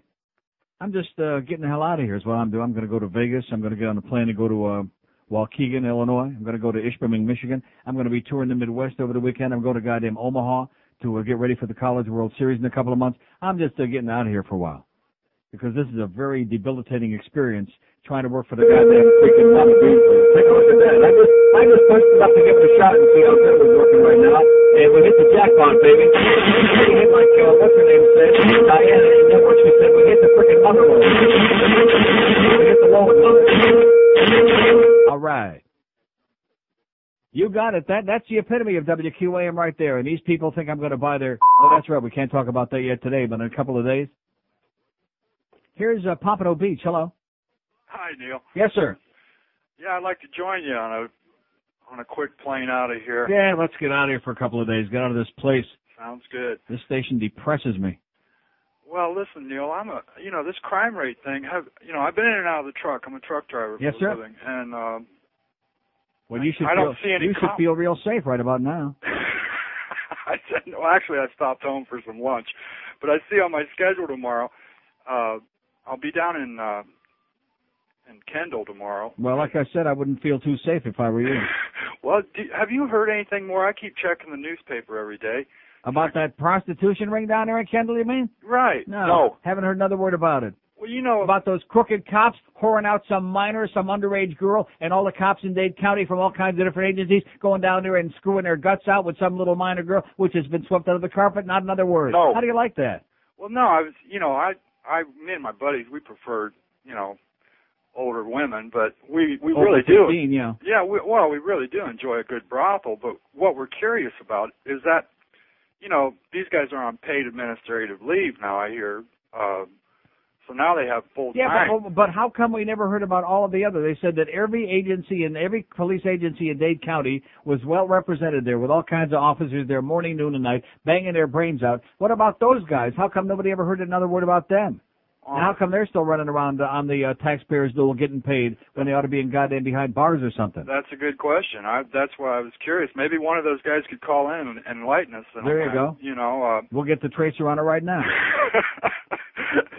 Well, Neil, geez, is it only the least they could have done was open it up to the general public. There you and I go. wouldn't have been so Well, at least upset. the one that called yesterday said he heard she was real hot, so that was good news. Have a great day, pal. Take care. Good luck to you. Bye-bye. 5670560, pound 560 on the AT&T wireless line. We got a couple lines working here today. Then we got some that are like a little, just have a little bit of a problem. Oh, wait a minute. Look. Oh, just for a second there, I thought maybe it was making a comeback. You think it's making a comeback? I don't think so. No, it ain't making a comeback. Here's Miami. Hello. How you doing, Neil? Yes, sir. First of all, I just need 1 minute, and then I'd like to hear what you're going to say. Number one is when I was in elementary school, okay, I see a lot of things. In my school, which was Sable Palm Elementary, like I said, my name, I was a few of the black people were in my school. Everyone was stealing girls' gold chains. Everyone was fighting. Everyone. Every blacks were Every fighting black the whites. was fighting and stealing. And stealing. Everyone, and the guys don't lie, okay? And the other thing is when, they want their own private school, the colleges, 5670560, pound 560 on the AT&T wireless line. 877-785-CLAN. 877-785-6345. Here's Sunrise. Hello. How do you know when you're the crappy host of a talk show? Well, you got the... Here's North Miami. Hello. Hey, Neil, how are you? I have no idea. Lost. Just lost. Lost in the wilderness. Oh, man, listen, the word I use for that is the Miami attitude, man. It's called arrogance. I think it's called stupidity is what it is. I think these are a bunch of vacuum heads. Correct me if I'm wrong. Arrogance. Correct me if I'm wrong. You just had 3 callers ago call you and say that the Haitians came off the boat and had a hard time speaking the predominant language, which Spanish. is Cuban. Yeah, Spanish. How do you live? How do we live in that kind of arena? Well, what do you mean by that? How do we live? Well, I own a business in North Miami. Sniff the fresh air. We're here. Yeah, I own a business in North Miami. Yeah. And he had said that he moved out of North Miami because Haitians and this and that.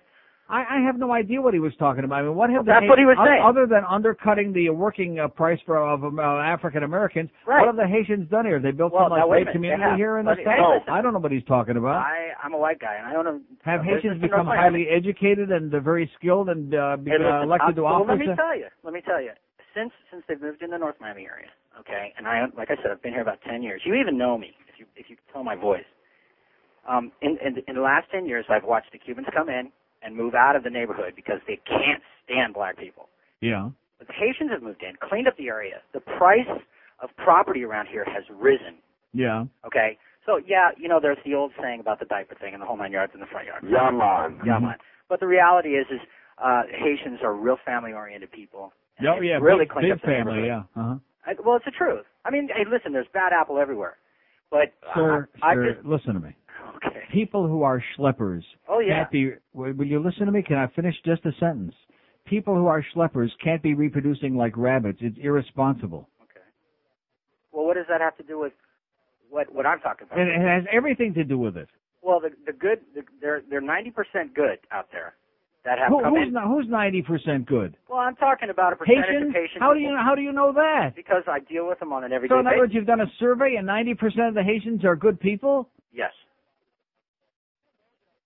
Do you realize how asinine that statement is? Well, do you realize how asinine saying that schlepper, you're bunching them all into schleppers?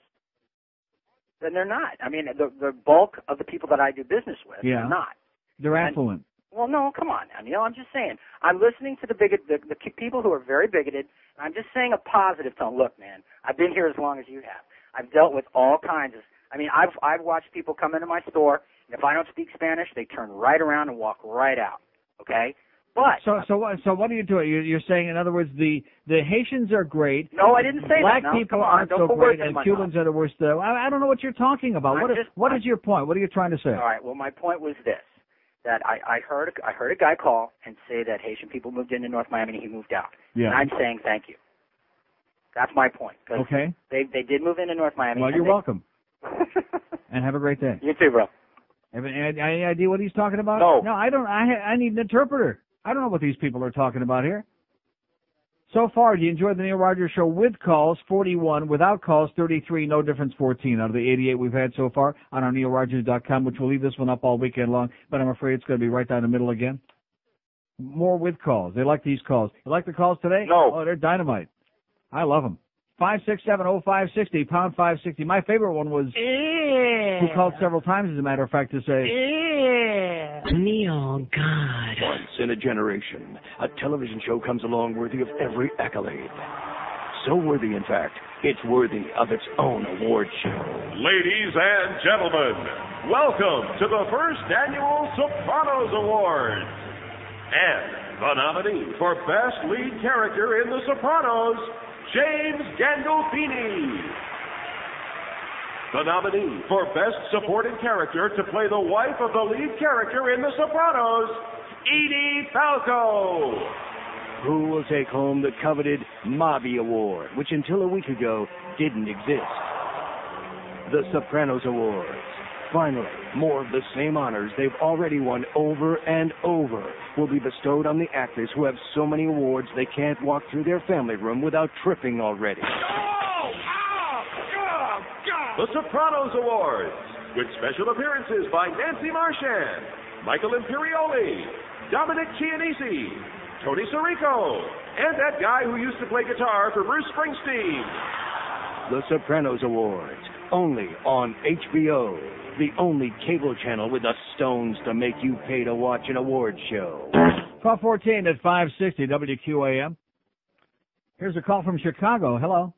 Hey, Neil. Yes, sir. I want to give some kudos to your website designer. Yes? It's excellent. It is great. Easy to read, clicks around, no problem. Right. And please, I hope the call-in vote wins because we like to talk to you. Really? Well, we like to talk to you. Uh-huh. But I can see that. Back to the website. I mean, yes. It's great. I've launched 2 in Collier County recently, and I know how tough it is to access an FTP and blah, blah, blah, but give him a raise. He deserves it. Okay, you got a raise, Eric. Thank you. Put the check in the mail, pal. There you go. Thanks so much. 5670560. Our website is great, neilrogers.com. That's N-E-I-L without a D, by the way, neilrogers.com for those illiterate people. We have many of them in the audience, several of whom we've talked to today, by the way, and it was nice hearing from them. I mean, I really don't care. It kills some time. If you want to hear bozos every day, that's okay. And the callers, just like this guy said, the callers will win by a small margin, probably, just like it has been. Although we got all weekend to go, so keep that thing smoking over the weekend. Now, George had a great idea. Was that your idea, or was that something else? My very own original idea. George had a brilliant idea, right, since we have these stupid Marlin games coming up, and that idea would be that it wouldn't take an awful lot, technologically speaking, and I would even be willing to make the investment of getting a real good computer and putting it in here. Speaking of our website, and we could continue when they have like the Marlin games on, these horrible Marlin games that nobody's listening to on the radio. We could do the rest of the show like from 12:50 to 2 p.m. or till whenever we run out of steam on the website. And say whatever the hell we want. And say whatever the hell we want. We can say, and we can say Schmidt without the N and Frick without the R and whatever, however that goes. Play the uncensored versions. Play the uncensored versions of all the stuff we got in here and really entertain like a real audience out there of people with an IQ larger than their toenail. That's a very good idea.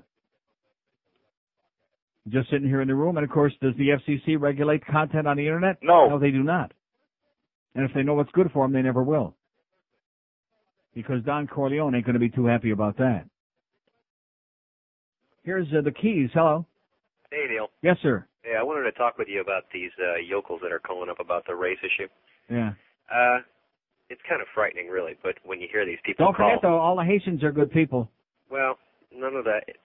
All and nobody is good people. Come on, give me a break. Well, that's my point. Why would you make such a gratuitously idiotic statement? 90% of the Haitians are great people, 82% of the Jamaicans ain't too bad, and 47% of the Italians never stole a freight train And of course unless they it's come based from on Sicily. Of course, it's based on his personal experience, and I give the guy a lot of credit for calling up and defending the Haitians. That's the first white person I've ever heard or met that's ever really defended a Haitian since I moved down here. Yeah, man. And the ones that I've met, decent people, and I'm sure that there's ones that I've met not so decent, just like there's plenty of white jackasses, and most of them seem to be calling your program. Correct. But the problem is that you notice that I can sort of tell by the sound of their voices and the manner of speech that the really gung-ho racists tend to be older folks. They tend to be a little bit, middle-aged, maybe even older or even elderly folks, that this is what they've grown up with, this is what they've been taught, this is what they've learned.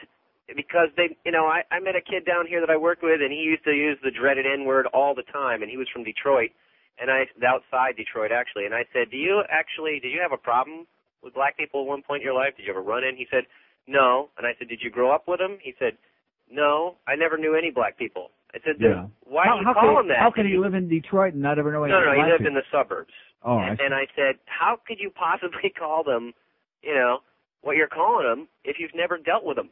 Yeah. Well, I just hate them. I'm like, wow. And that's the problem, is that the really gung-ho racists, the Klan types, the really evil, nasty ones, Skinheads, have very little experience with actual black people. And I grew up in Philadelphia, and let me tell you, they're not all nice, but I don't have a problem with them any more than I have a problem with white people. You just need to read and experience life a little bit, and you start finding out that it's not, this country loves to divide stuff up by race, but the real division is made by class in this country. And that's, people... Well, let me just repeat the two things I said yesterday. Education and birth control. Those are two things that keep running through my mind. Education, birth control. Just keep mandatory saying that over and over sterilization. again. Mandatory sterilization, baby. Okay, have a great day, pal. You too. 5670560, pound 560 on the AT&T wireless line. Here's a mobile in somewhere. Hello. Hello, Neil. Yes, sir. Yeah, I'm a Schwarzer. All right. Like you like to call us. And we just got through Schwarzer History Month. I called you about that a few weeks ago, way down. Now we're in March. And I want to agree with you on affirmative action. Now, affirmative action didn't get me diddly squat. Right. Okay? And I'm black. Didn't even get Bo Diddley squat. Yeah, that's why I like listening to your show, man. And you know what? I went to your website, and you got all the best stuff from the past. And, man, being a black person turned on by even though you're white and you're Jew and you're gay, that's not the issue. Right. But the fact is, I like your stuff, man. There you go. For one hip white guy, you tell it like it is. All right. And as far as... I be the bomb, man. Don't forget it. Whatever. Yeah, word up, man. Yeah. Anyway, as far as Jeb Bush and... George Bush and Jeb Bush and the burning bush? I'm talking about Jeb Bush and this initiative crap. I mean, in a sense, I hate saying this, but that affirmative action got to go. But like I said, it didn't help me. It didn't get me nothing. Right. It didn't get me nothing. I'm planning on going to school next month to major in something I don't want to talk about over here, but I'll make a good living at it. Okay. And I just arson, armed robbery. No. That's I don't want to be stereotyped. That's somebody trying to get through. Okay. Okay. Well, listen. Got to run. Yeah. Okay, have a great day, pal. Take care of yourself. 5670560, pound 560 on the AT&T wireless line. Isn't it considerate of Joe Costello to bring his bong in from home for the show this afternoon when George comes on? That was kind of considerate. Especially after that nice chocolate cake I gave him the other night that was given to me by the Panther organization and that bottle of wine, a bottle of a Grandma Boone. That was pretty nice. Here's Miami. Hello. Hey, how you doing, Neil? Great. I've been listening to your show all week. I must say I'm a Haitian American. Anyway, yes, we have a Haitian caller. All right. I've been listening to you for a little while now. One thing I must say is like the caller told you yesterday, anybody who generalize, I think we should stop generalizing. Stop generalizing. Deal with people one at a time. That's one. Second of all, I'd like to say that as a black person, whether the person, as long as the person is an idiot, we just don't like it. I don't care whether they're white, black, Spanish, wherever. As long as the person is an idiot, he's an idiot. That's right. Second of all, there's an old Chinese saying, an asshole is an asshole. An asshole is an asshole, no other worries. That's correct. Second of all, something I would like to say to you is that no matter where you're from, you're going to have people who are good, you're going to have people who are bad. Okay, so that's two. And second of all, when it comes to affirmative action, one thing I have to say is that I'm sure that you know that not everybody judges people because they are good or they can do a job. Most people they don't like black people. You come in front of them, they just won't deal with you. And some of them just because of affirmative action, they have to deal with us and they have to give us a job, not because they want to, but because they have to. Even though that we have the credentials, we are smarter. And a lot of time, some of the white people must admit that when they give a black person a job, it's because the person is good and he has to be twice as good as a white person. Some of us have to admit that. And I think that it's not all of us get a job because we're black, because we cannot do the job, but because we can do it and you can do it twice as good. That's a lot of us do get good jobs because we can do it twice. We have to be twice as good, and some of us have to admit it. I like to hear what you have to say about that.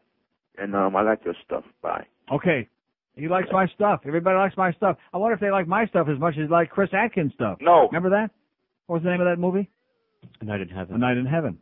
You want to see my stuff? Merv Griffin always said, yes. Poor Merv Griffin, you know, so misunderstood. I wonder, was it Ava Gabor or the pig that he was really smitten with, you know? Which one was it really? 5670560, pound 560 on the AT&T line. Here's Plantation. Hello. Neil. Yes, sir. Thank God. Listen, Neil, I've got a real problem with this ass-kissing, pandering media in South Florida. Yes? Jesus Christ, you've got Rick Sanchez doing this special on the real Cuba. I don't think they've looked out their studio windows for a bloody decade because the whole place is a bloody war zone. I had to go to the Miami Arena on Sunday morning. I get down to, I take a wrong turn somewhere. I don't know how I got lost, but it was Sunday morning, 6 o'clock in the morning.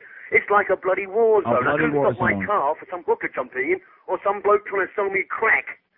It was like a bloody war zone. Well, you know something? That's what that guy that Rick hit, you know, when Rick was a little intoxicated out there in front of Port Perry Stadium a few years ago. That's what the guy said as he was falling. He said it's kind of like a bloody war zone. And then he said, he went into a wheelchair and eventually he died. Oh, I know. And it makes me sick. These Cuban ass-kissing, pandering media filth. Yeah. What sort of a country are we living in? They can't even clean up their own backyard. And they're pointing a finger at Cuba? Holy moly. They haven't even looked out there. I've been down to the studios down there. It's a bloody war zone. You can't even stop your car. It's a bloody war zone. Well, listen, speaking of bloody, I'll see you in Las Malvinas, okay? All right, take care. Okay, ta-ta. Las Malvinas. 24 past, well, at least the Brits are smart enough now. They only pick on, like, little tiny people that can't fight back, right? Uh-huh. Maybe if they didn't have quite so many queens in England, they might have, you know, butched up a little bit. But at any rate. The uncut wonder boy of the airways, George. God. Be a good Catholic for 15 fucking minutes. Is that so much to ask? No! You know him as the staple of MSNBC News. And now, the long-awaited CD is here. The Ramseys sing their favorite Beach Boy hits. Well, we're not bragging, but we killed our daughter and had enough money to bribe the authorities with plenty left over if we should decide to kill again. Left a note to show we don't know who cracked a skull in her room. That's rather good, okay? In her room. Get the tickets for the flight. Pack the bags. Not much time. You know France won't expedite. You rich bastard. My bitch won. Yes, it's the Ramseys singing their favorite Beach Boy hits. Now available from Guilty Pleasure Records. Oh, thanks for the cough drop, by the way, Joe, but I don't have any time anymore. Well, I knew I wouldn't. I'll suck on it later, and the cough drop, too. 1229 on 560 WQAM. It's the George Show now, so I'm going to hang up on all these people because they don't want to talk to me. At least I don't think. If you do want to talk to me, call back because Neil's gone. He's on his way to the airport. And whatever it is that they wanted to talk about, what he was talking about, I guess the race thing, we're talking about that still or again or whatever. And I didn't want to talk about that. I wanted to talk about citrus canker. Have you ever had a citrus canker? You don't know because you probably don't have any citrus in your yard or in your parents' yard where you still live. Look at this. I had to put a sweatshirt on in here. Did you notice how cold it is in here? Because fat people like it cold. It's freezing in here. My nipples were all rock hard. Or was that for another reason? So they're slashing all the citrus trees in and around town, and they just changed the, I want to say law, but I don't know if it's a law, the policy. It used to be only 200 feet, now it's 1,900 feet or something like that because, God forbid, we should destroy Florida's citrus industry, and I don't want to destroy Florida's citrus industry, and far be it from me to be the one person who destroys all of the citrus trees. And they're not being destroyed, by the way. The fruits just come out with blemishes. And I don't know what else it is. Maybe somebody who knows something about citrus canker can enlighten me. We see the PSAs on the TV. Have you seen those at least? The PSAs on the TV? That they're See, you've been in my backyard, right? And besides the dock, what's the coolest, neatest thing about my backyard? All the trees. All the trees. Which one in particular? The giant 30 to 40 feet tall. I don't even know how tall it is. It's so tall you can't see around to the top of it. Do you know what I'm saying? It's so tall and broad, and it is the primary plant in my backyard.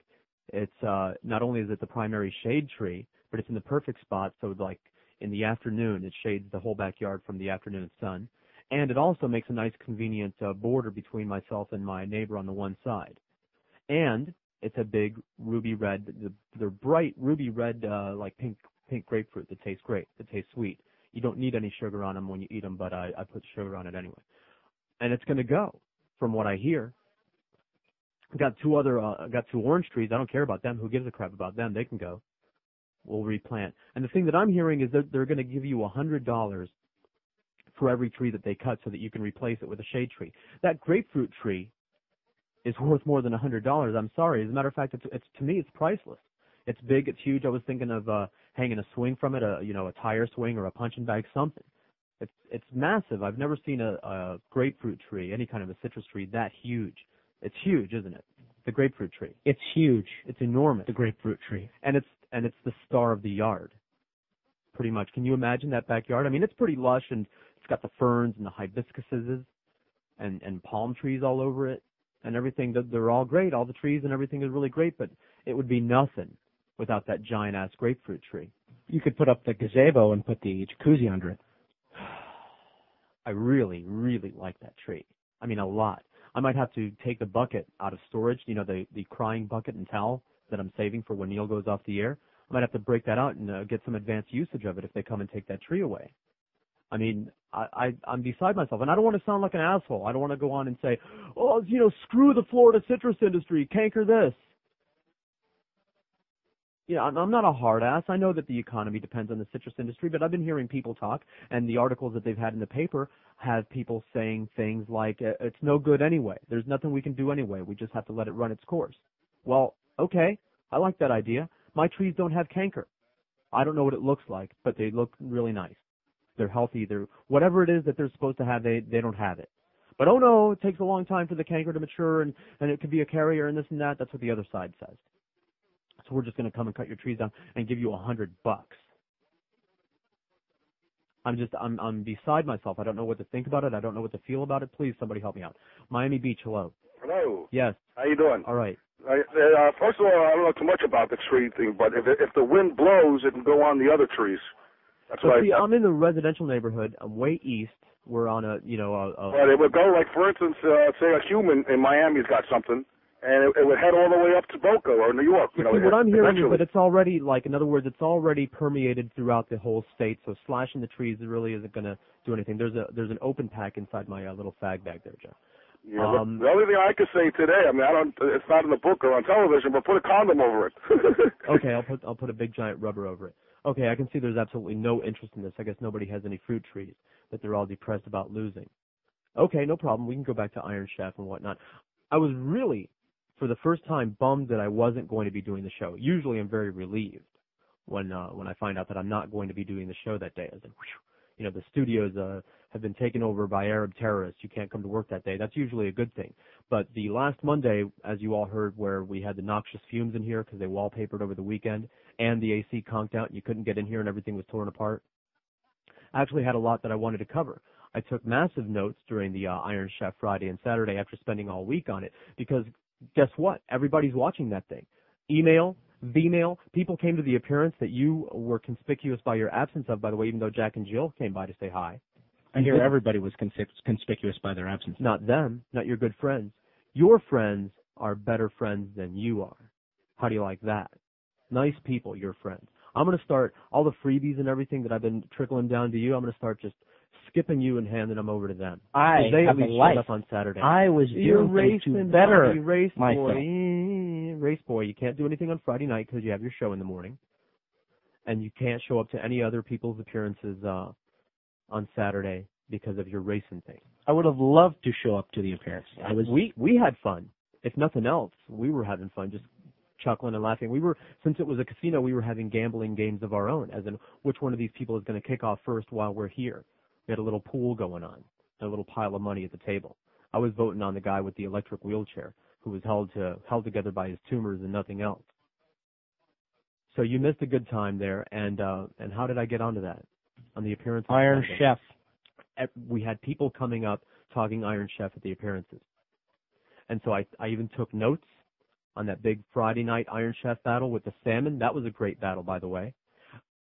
Dude, that was a perfect battle because it had the traditional guy against Morimoto, who's the wild man who breaks all the rules and they hate him for it. He was cooking rice on his traditional cast iron pot. He was scooping the salmon meat out with the abalone shell because he didn't want it to get the taste of metal. He was winning me over. And then he reached for the broccoli. And that's it, right there. No broccoli. Little update. I've seen the beginning of the show now. Okay, good. Isn't it? Doesn't it just set it all up? It brings a tear to my eye. It's so ridiculously funny.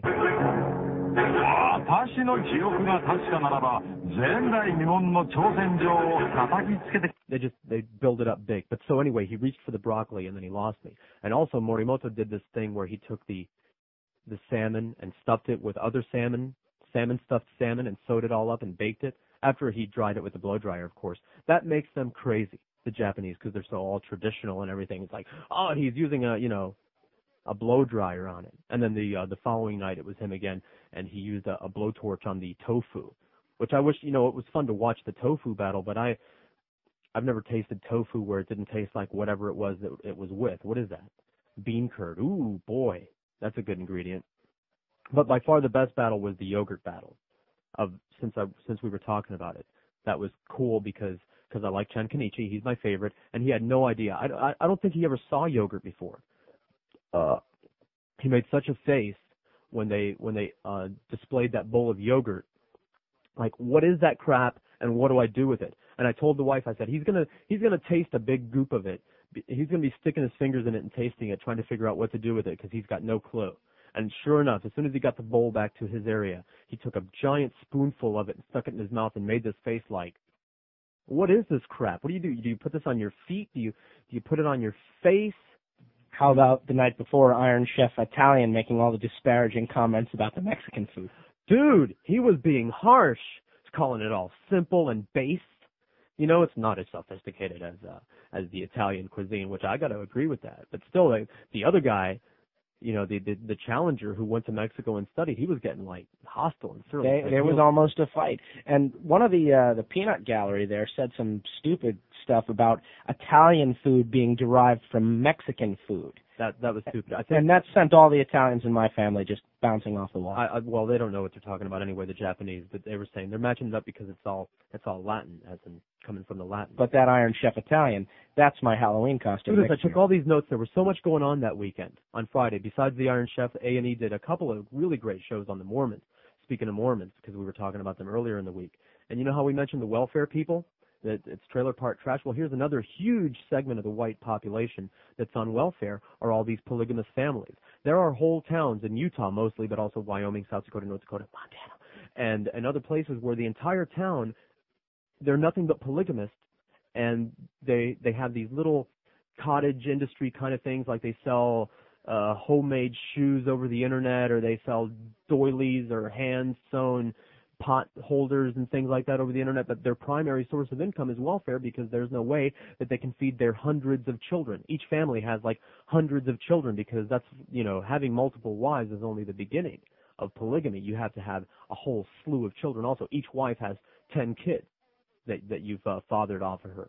And so you have these entire one-man clans, you know what I'm saying? One father and then just this entire brood of people. And I don't care what business you're in, you can't possibly support all those kids, so they're all on welfare. Guess what?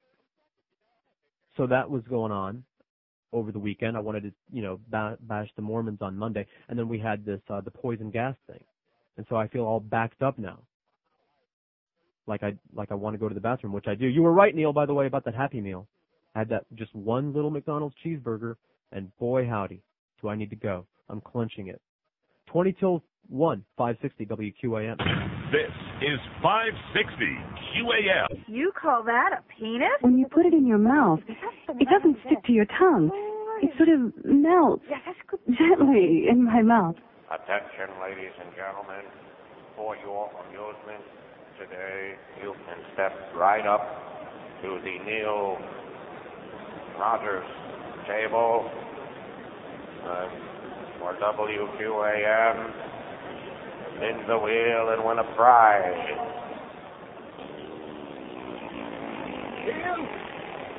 Bill! No, not that guy. Bill! What do you mean? T-shirt. I'll take it. Spin the bill. Spin the bill.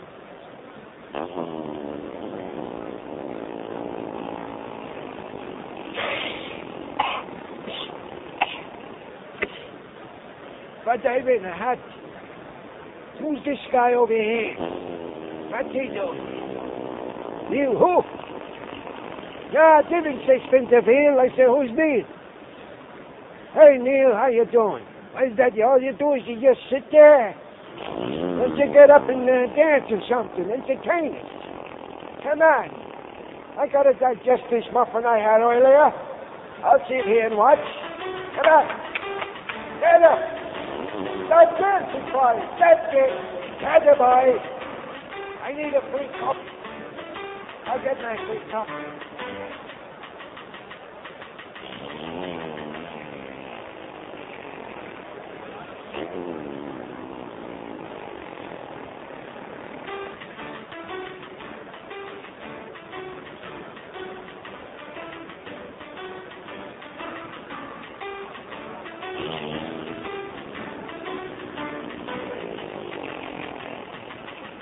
14 till 1, 5, 6. Whoa, why am I feeding back all of a sudden? Is that because you tweaked that? So like I said, ignore everything I told you during the break. So anyway, that's what you missed. That was a 2-minute bit. Expand that to 4 hours, and that's what you missed there, Joe. Aren't you sad? I'm very disappointed. You didn't come. But, lots of things to talk about. The Play-Dohs. We can say the Play-Dohs thing for later. Fun time at the Play-Dohs, and little did I know that it was going to be a Valentine's Day kind of costume sort of a thing. About half the people were there in costumes. And, of course, when you're at Play-Dohs, the costumes take on a whole different slant. Really exciting costumes. Not what they're covering, but what they're showing. And I didn't know where I would have worn my cape. There were people running around with capes. I have a cape. I should have brought my cape. Here's a mobile in Miami. Hello. Hey, George. Hey, what? Is Neil on vacation? Yeah. I just tuned in. Listen, he just left right now to go on vacation. Okay, He what decided. what show you doing today? Huh? The no-show. 5670560, pound 560 on the AT&T wireless line, toll free nationwide for what it's worth. 877-785-6345.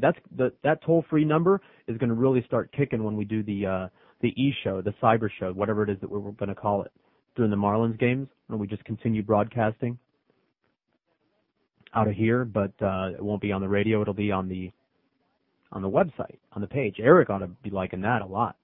And then we can say everything we want. We can say and and we could say it again and again and play the uncensored version. It's going to be great. Coral Gables, hello. Hey, George. Hey, what? That Iron Chef show over the weekend, bud.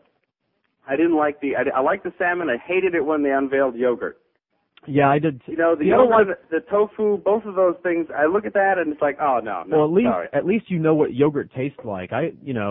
They're talking during the tofu battle, they're talking about, I like tofu just by itself with salt and sake, and I'm thinking, yeah. No, like, yeah, but that's Japanese for you. You know what I can't figure out? Answer one question for me if you can. Why are some of the people dubbed and other people have subtitles? You'll notice that the only one who really isn't dubbed is Chairman Kaga. Yeah. Everyone else is subtitled, and I don't know why that is. I have a theory, though.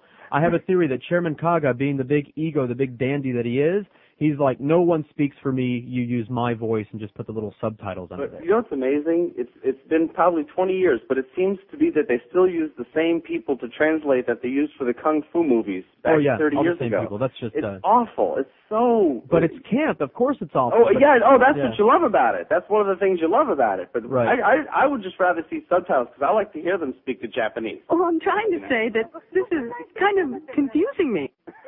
Yeah, what I like about the translation is that they translate the grunts and groans. Oh yeah, of course. You gotta like that. You love it. That's what. You watch the show half for the cooking and half for the campy crap that they put out. I don't know what to do with this. You see, she's translating the laugh. The translator's laughing. I know it's bad. So anyway, but my favorite is when whoever gets to translate a big robust guy.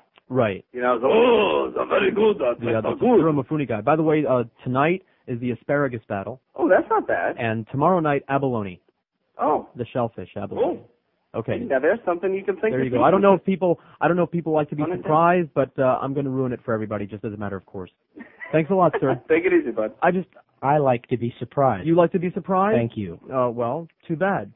Don't work the show anymore. それでは発表します。今日のテーマはこれです。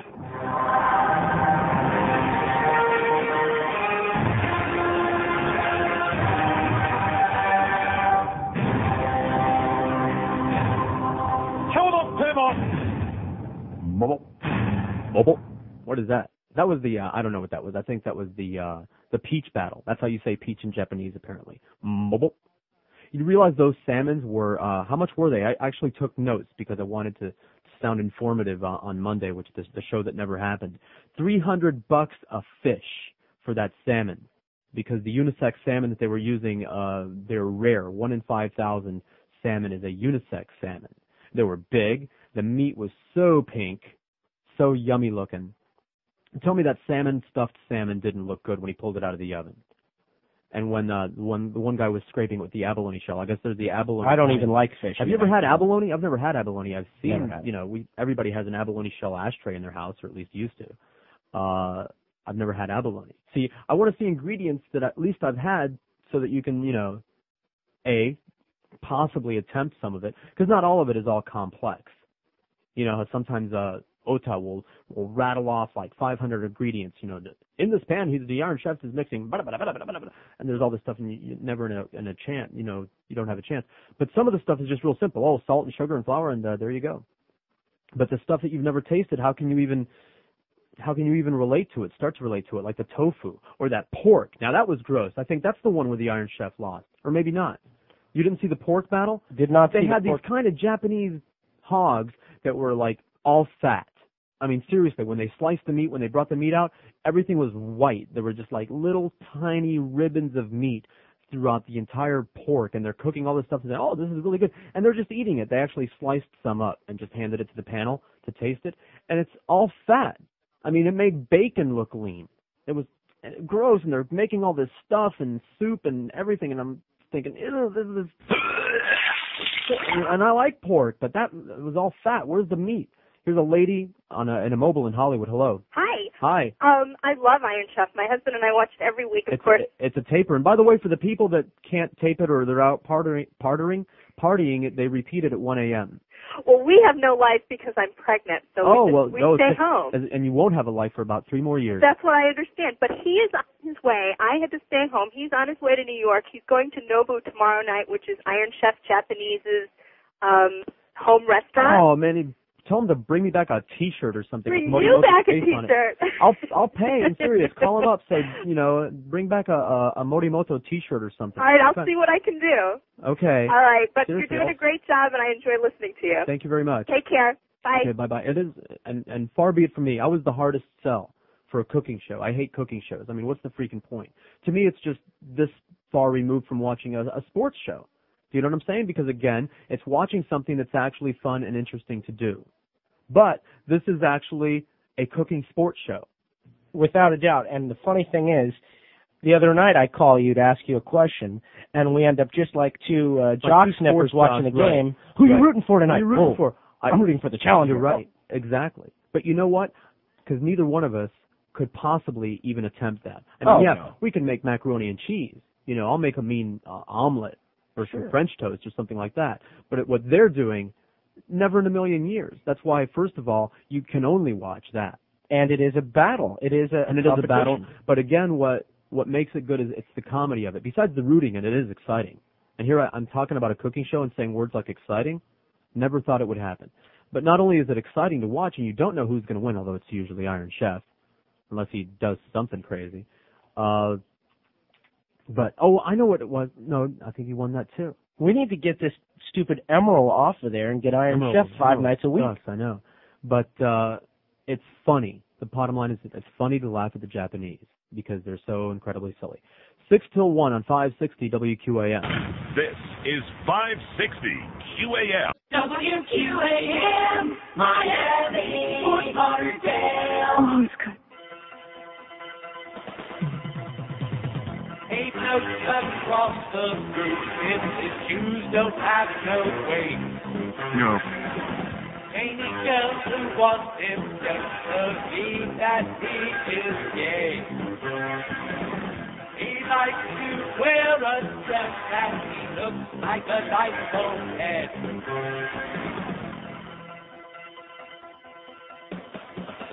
His name is Leo, and he likes to be dressed around.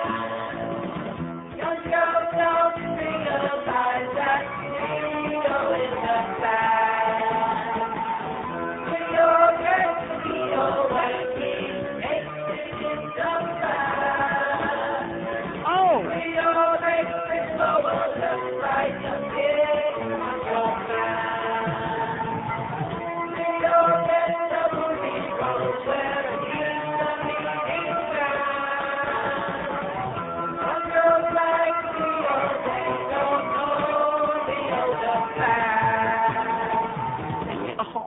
1 till 1, 560 WQAM. Why am I so early here, Joe? Why'd you tell me to take that break? I didn't even read the clock. You just made that break thing, and I bailed.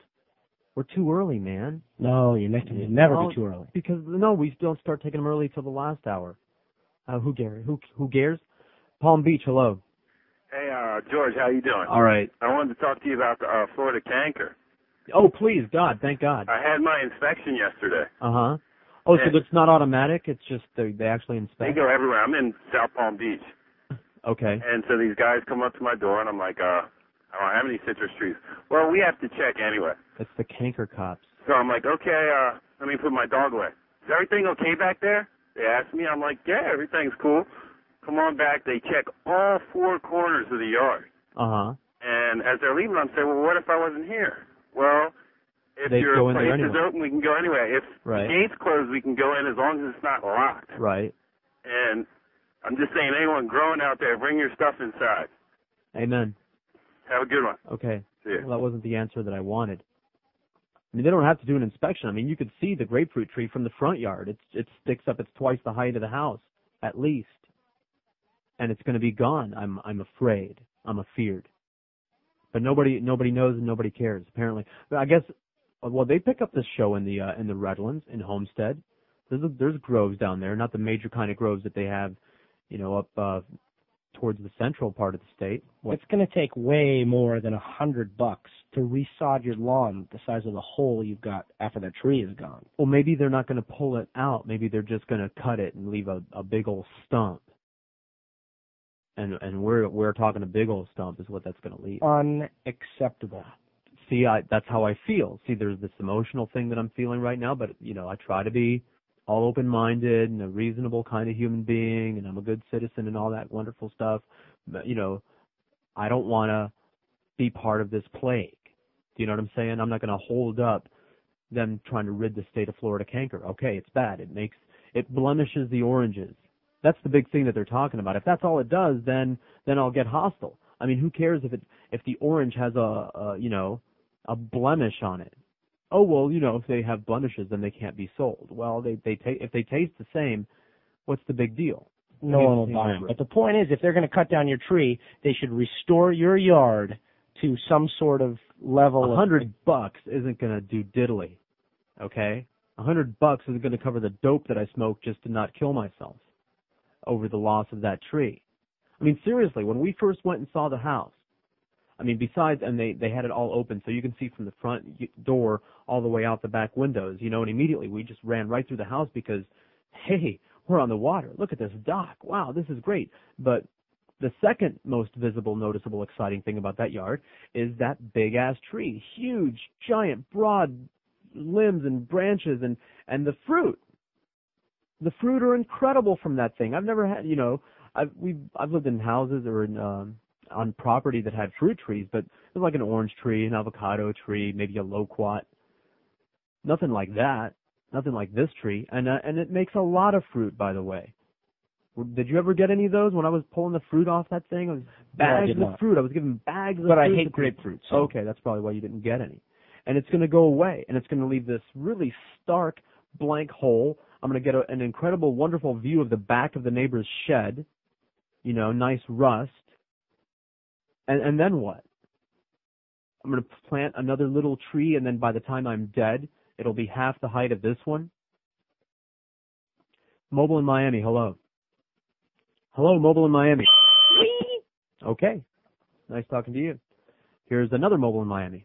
Yeah, George. Yes, sir. How you doing? All Look, right. at least I agree it's not enough $100, but at least they're compensating you.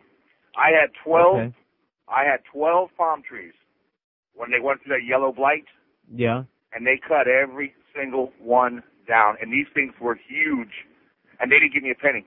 And all they did is they cut them down, chopped them up, and put them in my front yard, and they kind of came by and picked them up. And they didn't give me 1 red cent. And I planted them trees from coconuts. Do they take the stump? Do they pull the Oh, stump up? no. That's Oh, your responsibility. You got to hire somebody to come out for $100 a tree and use a stump grinder to grind them down to nothing. Oh. And if it's in the backyard, it's going to charge you more because he's going to have to use a special machine. You can't Unless get- you've got, Go ahead. I'm sorry, I got fences that, I mean, you can't get even like a little bobcat back there. You can't get, unless you bring it in from the canal. You can't get anything into my backyard unless you fly it in. Well, do like I did with two of my trees in my backyard. I turned them into like tables. That's what I was thinking. I'm going to make a table so that I can sit and put my elbows on it and cry. And that's believe me, you talk about distraught. When you plant a tree from a coconut seed. Yeah, that's an old friend. I mean, that's even worse than this thing. And it's unbelievable. And I live in South Dade, and they haven't been by to inspect my house yet. I got 2 trees. Yeah. Yeah. So I think we're all going to lose them. Yeah, and it's like you said, it's the stupidest, most lame thing because the citrus industry says, well, it's not going to sell because the oranges have got blemishes on it. Yeah. I mean, what are they going to do? If it goes through the whole state, they're going to they just 43-acre lime tree or lime grove down here. They went in and bulldozed it. They didn't even tell the guy. Right. You know what I mean? No, you don't have a choice. There's nothing you can do. I mean, I'm thinking, because you know what they do up in the Northwest, the tree huggers, they spike the trees. They drive these like spikes into the trees, and if you come and try to cut it down with a chainsaw, the chainsaw is going to, bind at best or explode at worst, and possibly injure the guy that's trying to cut the tree down. That actually went through my head. Woo! I mean, I like the tree. All right, sir. All right, buddy. Have a good one. Course. I mean, again, I don't want to be an anarchist, but I really, really like that tree. I mean, I'm expressing myself way nicer than the way I'm thinking. Do you know what I'm saying? Because my thought process is kind of like, leave my tree alone, asshole, or I'll shoot your ass. I mean, that's how I'm feeling. I love this tree. I'm thinking of, chaining myself to the tree or something, but no, because, then they'll just drag me off. It's your tree, damn it. It's my tree. And where does it stop? First they cut down your tree. Next, who knows? Next, my pot plants. Your daughter has a disease, and we have to kill her. To keep it from spreading. Mobile and Homestead, hello. Hello? Hello. George, how you doing? How are you doing? Pretty good, sir. I get the same feeling about the trees. I was on vacation a week ago, and a couple of vans pulled up out in front of the houses in my area, and there's about 7, maybe 8 people in them, and what they were doing, they were inspecting for the canker. And my gates are locked. They didn't even bother coming up on the door and to knock on the door or anything, but they left me a tag saying that they would come back out and re-inspect my trees. Mm-hmm. But my brother-in-law lives in Fort Lauderdale. They did go by and inspect his trees and give him a clean bill of health. They didn't touch any of the citrus. Oh, you mean they actually inspect? They actually inspect them, and if they do have the canker, then they're supposed to be the ones that yank it out. Well, what about this 1,900 feet thing that I'm hearing about? If you could have a neighbor 1,900 feet away, which is what, like, I don't know, 4 blocks? Well, see, that's what I'm worried about, because my next door neighbor has a lot of citrus trees, and his are beautiful. And if they find one within 1,900 feet, they're gonna cut everything within 1,900 feet of the infected tree. Yeah, well, I know, and I'm a little leery about mine, because I've nurtured them for the last year and a half, trying to get them to produce fruit. Now they're full of blossoms, and I mean they look great, but what does it look like? Pardon me? What does it look like? It's supposed to be like a little spot on the bottom of the leaf. It looks like basically like a pimple, I guess, and it's black with a little spot in the middle of it. Just I'm not sure one per leaf, or more than that. It's on the bottom of the leaves, and but is it like groups of them? I mean, what? Yeah. They showed it on TV a couple of nights ago, and a couple of my trees, because if you're like I am, you're not a fruit nut, but I'm not a fruit nut. I mean, I like it. Yeah, well, you go try to find something that you can spray on a tree to kill whatever it is, if it's a fungus or whatever. So I tried to do that with malathion and talking to people what would take it, any kind of stuff off or kill what they call leaf rollers, because they look very similar to the spots, but. So black pimples under the leaves. Yeah, it's I don't want them to mess with my trees either, but. All right, no, if my trees are cankerous, rip them up. Even the grapefruit tree, whatever. But if it's not, just because some asshole, what if he's downwind? What if he's, on the other side of I-95? Exactly. But just to let you know, though, I mean, they did inspect my brother-in-law's trees, and his were clear. So. All right, there's hope. Yeah, there is hope. Yeah. Okay. Okay. Thank you. I don't have to implant the spikes just yet. Kendall, hello. Click. Nice talking to you. That's been going on a lot, and of course we have no idea if it's the phone or what it is. Davey, hello. Hey, how you doing? Hello. Yes, how are you doing? I'm doing all right. You're not doing so well, at least not your phone. Yeah, sorry. No problem. Have you talked to your insurance company yet? Ding, ding, ding, ding, ding. No. What a very, very good point. I do have really good insurance. I'm going to hang up. I can't hear you. Okay, I can't hear you either. Why am I such an idiot? You know why? Because this is my first house, and I'm a brand new homeowner, and I know nothing. Excellent point. Excellent point. That's at least a grand, possibly a $2,000 tree, way above the deductible. Good point. I'm feeling better already. But then once again, even if I had that money, I'm not going to spend it on no tree. I mean, I like it, but here's another dilemma. The insurance company. If I get an insurance check for that tree, I'm not going to spend. If I get $2,000 for it, I got way many more things that I could spend $2,000 on, except another tree. I'll make it, like you said, the gazebo with a jacuzzi under there. Yeah, we'll be over all the time. Absolutely. Mobile in Cooper City. Hello. How about a boat for the dock? Hey. There's an idea. Well, unfortunately, the boat continues to cost. The initial cost of the boat is the least of it. Too many people in the family, too many friends that all have boats. Tell me about it. Lord Almighty, I don't the fact that I have a dock means that they can come by, park the boat, pick me up, and then we can go off. That sounds cool. Right. Okay, I don't know. Excuse me. I don't know about the insurance, but my old man lost 15 trees last year. Citrus? Citrus. Ooh. They come in, they inspect, they find it, they orange mark it with a big X. A week later, they come along, they chop it. They chop it and leave the stump. They chop it. And they let them, in his case, they left about a foot stump. Okay. And he was not very happy. No, I can only imagine. Yep. I don't have to imagine. I'm psychotic at just the thought of it. But if they haven't even inspected it yet, you don't know. And those cankers, the sores the thing looks like basically like mildew. Okay, under the leaves. Yeah, under the leaf is what they look like. But okay. Man, they wiped him out in South Dade. I don't think we have that. I mean, I looked at it trying to figure out, without knowing what to look for, and it's like, okay, it looks like orange trees, looks like a grapefruit tree. They start messing around with these old Cubans, man. They get really, really pissed off. Yeah. No anyway, hey, can I call somebody a dish bag? Yeah, go ahead. Call them right up and call them that. 111-560 WQAS. What the are you doing? Chill. Take it easy. I'm losing my balls over here. This moron's playing Hazel. Get the out of here. I was just trying to sweep the cheese away from you. Why? Why now? Leave it there. I don't know. I was just... What? Where do you get these idiots, huh? Where do you get them? I'm sweeping the cheese. I'm trying to get... Leave the cheese there, all right? I love cheese at my feet. I stick motherfucking provolone in my socks at night so they smell like your sister's crotch in the morning, all right? So leave the sucking cheese where it is. 115-560 WQAM. You see what you're missing, Joe, by not watching The Sopranos? Fun things like that. I don't want to perpetuate that anti-Italian stereotype. You're the one that told me that was just the Sicilians, though. That's true.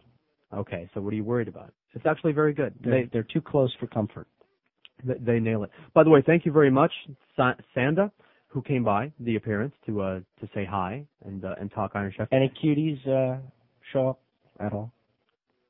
You're good. When's your show on? Oh, tomorrow morning? Why don't you tell us about that, by the way? Oh, great. Motorsports Talk, 6 a.m. Nobody else in town but me. So if you like motorsports, you got to listen. 6 a.m. Oh, that's it? It's just going to be you? Well, I'm working on some guests right now, but I haven't locked them up yet, so. Okay. But anyway, she faxed me and reminded me, and yes, I was thinking this, but I wasn't sure. Morimoto lost the bamboo battle. And again, the bamboo battle. Everybody over here is going, bamboo as food? Like we're panda bears. You eat bamboo? It actually looked appetizing. Some of it. See, I just, that's one of those things where you don't think of it as food. That would be like, Morimoto unveils the secret ingredient and ta-da, it's paper. We're all going, huh? The secret ingredient today is going to be paper clips. It's not something that we identify as food. It's something, we make furniture out of it, little folding accordion type walls out of it. We use it to cane people in other countries. Or the panda bears eat it. The panda bears eat the bamboo. And he was scooping it out with a... He was scooping, I guess it was soft. It's now in Didn't in he make cooking. bamboo Is that ice cream? Is that some of the stuff? No, I didn't. They didn't. Not that I know of. But did you see the bamboo battle? Yeah, that's right. Yes, I did. He lost that, and you know why? It was his American hot dog platter, especially that photographer. I just can't agree with that American kid dish. They hate that. They hate that. Morimoto is always under the gun. If he wins, it's by sheer miracle because they hate him over there because he sucks American ass. And, you know, they want you to be all loyalists. As a matter of fact, last night I'm clicking on some of the links from the IronChef.com, and I go to the Fuji TV site trying to find somebody where I can write to somebody and say, hey, you know, like, can we get Chairman Kaga to call us up on the show and maybe sing a little rap for us or something like they have on the site? And they have this disclaimer of it. They have this little message about the subtitles, and I clicked on it just out of curiosity, and it's this real militant attitude towards we're not going to subtitle. We're providing programming for the Japanese audience abroad. That's why we don't subtitle, and basically screw you. I'm like, well, thanks for the attitude. Do you understand that? The Fuji Television, Fuji TV, that produces Iron Chef and other Japanese programs, makes them available in the United States, but they intentionally don't put subtitles and won't put subtitles and refuse to let anyone else put subtitles on them because they're not for you, Round Eye. They're for our Japanese people who live abroad. Do we need to get another bomb ready? I'm telling you. It's like, you know, hey, we want to like you. We're just going to, how about if we just take all of that U.S. military protection that's surrounding your island and bring it on back home? What a hostile attitude. So I could email them if I found the address, but something tells me that we're not going to get very far with them, like with their militant Jap attitude. But anyway, so they hate that over there. They hate him because he sucks up to the Americans, and that's what killed him, is he made bamboo shoots and noodles, and he put them in a hot dog bun. And I got to say, it looked gross to me. And he just put ketchup on it. Did you see that?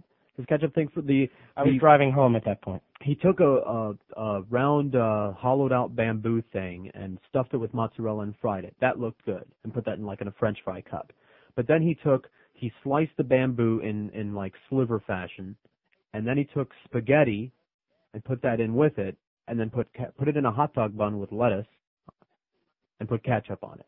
Maybe they would have preferred a more traditional use for bamboo in the Japanese culture, like jamming it under your fingernails. Why did I know that's where you were going, you anti-Jap bastard? Hollywood, hello. Hello. How you doing, George? All right. Were you talking about canker, huh? And you're expecting to have problems with it? No, I'm not expecting to have problems with it. I'm just seeing all these people's trees being slashed by the canker police.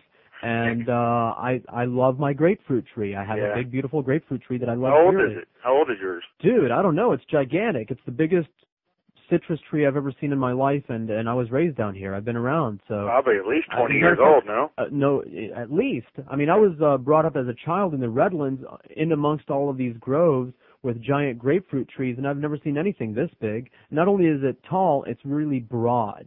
You know, so you were saying you're guesstimating it's about $1,000 worth of a tree? At least. Probably more. Probably more. Yeah. Like, I'm guessing 2. You're going to feel, if they do come and get it, do you know, I heard a couple people giving you examples of what to look for. Yeah. I've actually had a problem, and they've come and eradicated all my citrus last October. What, you can get rid of it? No. What to look for is that they're not necessarily only on the underside of the leaf. It's amber lesions. That's what they really are. Amber lesions on the leaves or on the bark? On the leaves, on both sides, and around the lesions there is an absence of chlorophyll. Okay. You see a little yellowing. Well, I don't have that. Right. And you'll notice it on the fruit. And you were talking about earlier that if that's all it is, no big deal. Eventually, you're not going to have anything growing because it's a massive leaf drop. I see. So the tree's no leaves, no life. Okay. You know what I mean? Like I said, I know nothing about it. Yeah. Apparently you say you don't have it, so I'm congratulating you that you don't. I looked out. See, I didn't know what to look for, but I just looked at the tree, and like every citrus tree I've ever seen, you've got those green spots every now and then on the bark. You know, that's just that kind of fungus that grows on everything. It would have to be way along, I would think, and I mean, that's maybe really getting to them before that. Every citrus tree I've ever seen has got those like really pale green little spots here and there on the tree. It's, you know, we have that, but I know that's not it. Yeah, and so nothing like what you're describing. Right. What they did to me, they came back in last year of October, and they came and gave me the X, and the arborist, or the person that comes, the fancy word they give to this person to come and inspect, they gave me a white X. You know, that's what they were doing before. That means that it's due to be inspected. Oh, I see. And the person comes around, and that's their job to see if it's going to receive a red X, and she's the actual person that puts it on. Oh, so first you have a guy to come out to see if you have any citrus, and then they send the inspector out. this is a suspected tree of it, and then another person will come along and actually give it the Death X. Okay. That's what we in our neighborhood Death Mark, call. this skull. Okay. And the reason why it came, I thought it was quite funny is they didn't really seem to me to be in too much of a hurry about it, because they didn't do anything about the tree for at least 3 weeks. Mm. You know, it just stayed there, and in a death knell, dance. Right. And spreading all its disease, and that was only 1,200 feet back then. I thought it was to the neighboring tree. I thought it just went from 200 to 1,900, just boom, right, all of a sudden. Just like that. That's the magic number now. Like, and where'd they get that? Why not 5,000? I mean, just let's. Well, the thing is, my neighbors had this conspiracy theory, and I didn't buy into it. About the government not wanting anybody to have fruit in their tree, to buy it in the stores. Oh, come on. And I didn't buy into that a little bit. But I did buy into the fact that this is my own theory, is that they're trying to protect the big groves up there in Central Florida. Right. Because of the orange futures and just the tax. It's a big part of the Florida economy, no question. Right. So. My sister lives up there, and 10 minutes north of Lion Country Safari, and there's just nothing but orange groves up there, right, really. That's it. And that's who I think they're protecting, the billionaires that own that. Okay, thank you very much. Yeah, that whole thing, like, that's why the pot laws are in effect, because the government can't tax it because they think that everybody's going to grow their own. We can grow our own tomatoes. Guess what? We don't. I mean, I do. You do? What kind? They're big and red. I don't know. You know what I'm saying? Like we have room lettuce. for a really exciting rhubarb patch too. That doesn't mean I'm going to start growing rhubarb just to get room for it. You grow your own eggplant? My parents do. Oh, they're like great. Eggplants. I'll give you one. They're Did fantastic. you see the eggplant battle? Speaking of Iron Chef. No, I did not. Oh, that was actually one, pretty exciting. But then that's one I would like to see. Because I don't like eggplant, but they made some stuff that looked like I could sample that. I mean, that looked really exciting, meaty, big and bouncy. 124, 560 QAM. Want to score some pot? I'm still in preschool, daddy's 18, mom's in high school. I go to grandma's house at 2:45. She's watching Real World on MTV. Grandma has static and I see 10 to help clean her pores. She still just asks me, but she'll never snack me. Grandma's 34. When mom goes to bar, she needs a fake ID. Can't drive after 9. Mommy has a sister who's younger than me. My uncle's birthday was at Chuck E. Cheese. If mommy gets lucky and brings someone home, I sleep on the floor. I have 2 younger brothers, I'll soon have another, and grandma's 34. 130, 560 WQAM. Can you believe, Joe, that my wife had the nerve to get mad when I told her that song was all about her family? I said, hey, honey, we have a bit. It's all about your family there. She got all surly, like she usually does when I hit close to home like that. But that's another topic for another day. 5670560, pound 560 on the AT&T wireless line, toll-free nationwide, 877-785-6345. Yeah, I see that Greg Reed walked in there and gave you some things, and I don't know what we're going to do with them yet. I don't want to say what it is that we have, or even if we're going to do anything with them. Well, will I get fired? Will he fire me? No, he'd fire me. Oh, you have a free pass. Oh, okay. Because I was going to say nobody told me to do anything, so I may or may not. Well, if you don't, he might fire me for not passing a word. Oh, okay. I asked for the things, and he just and walked away. Okay, whatever. Hi, Aaliyah. Hello. George. Yes. Hey, how you doing? All right, sir. I'll tell you my story with the orange trees. It's been a while since I even thought about this, but I've been listening to your show, and I'm just fired up. Yeah. Fired up. Okay, good. I had about 3 50-year-old orange trees in my backyard. Beautiful trees. Never bought orange juice or oranges in my life. Right. And they came out. It's great, by the way, to have fruit trees in your yard. I mean, that just feels good to me when my land starts giving forth food. I mean, that's just wow, what an investment I made. Look at this, I got food. If the world came to an end, at least, my vitamin C level would be just fine. Well, I wasn't that impressed about it. At least I had oranges. I got the survival mentality, survivalist mentality. Well, besides that, they provide a lot of shade, and they were nice trees. Well, that's the whole thing. I wouldn't care if this was a citrus tree, an oak tree, a family tree, whatever. It's just our primary shade tree in the backyard. Right. That's cool. Well, let me finish.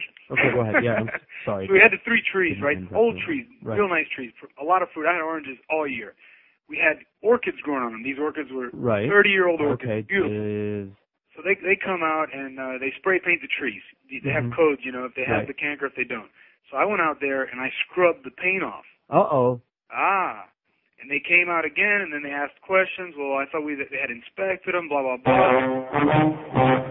They went out and spray painted them again. Mm-hmm. And then I went out and scrubbed it, and then... oh, you are an anarchist, aren't you? Yes, I am. Okay, go ahead. I'm a rebel.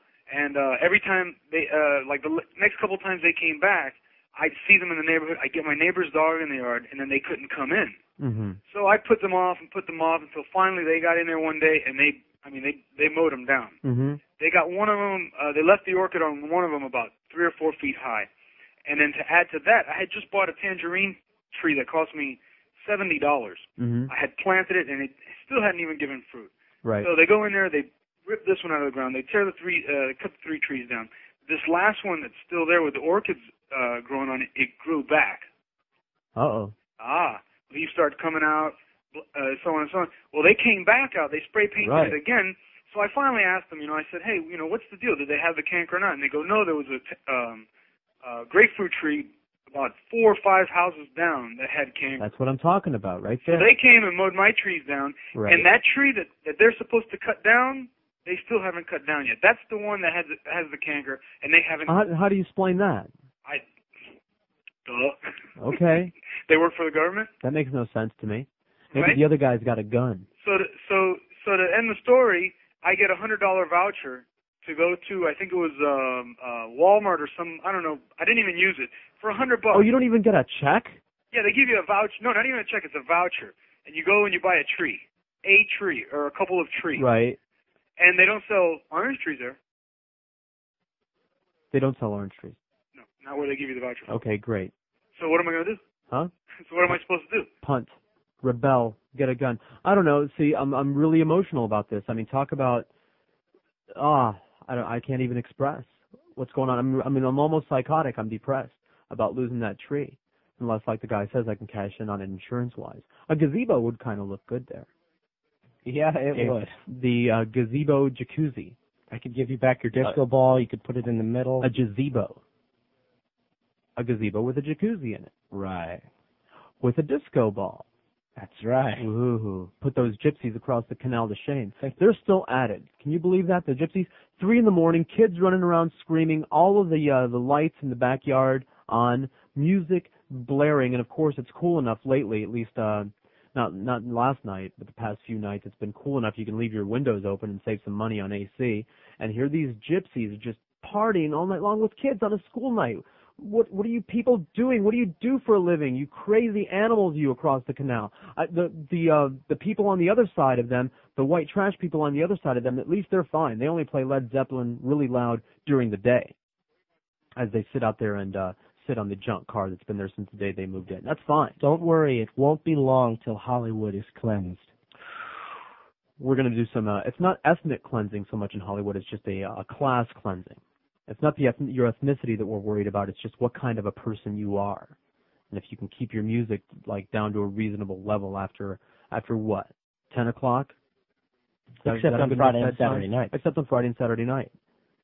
But I mean, Jiminy Christmas, every night on the weeknight. I mean, we're talking wee hours of the morning. They woke me up. I just stood up in bed, stark, right up there with this screeching. I thought somebody was being murdered, and it was just little kids being kids, because kids screech. And yell things at each other when they're playing, running around in the backyard playing. And that's what these people do. They have like 100,000 kids, and tis the season. Obviously, when it gets cold, they decide to swarm all down here to rip people off where it's warm. And I don't know that they're gypsies. I don't think they're mafia. Mob families don't do that kind of crap in the middle of the night with the kids running around. And they yell. They live in Hollywood. And they're arguing constantly. Constantly yelling. I mean, some really fierce, nasty yelling. And I'm hoping I hear gunshots. Because at least that'll clean them out right now. That'll clear the place out. Because whatever it is that these people do for a living, I'm sure they don't want no attention. Maybe I should give their address out. 24 till 2 on 560 WQAM. Hi, Okay, welcome back. This is Kathy Lee Gifford here on the radio answering your questions and helping you with your marital problems. Let's go to the phones. Hi, Kathy. I have a question about my husband. Your husband is a piece of that cheating bastard. Okay, next call. Hi, Kathy. Hi.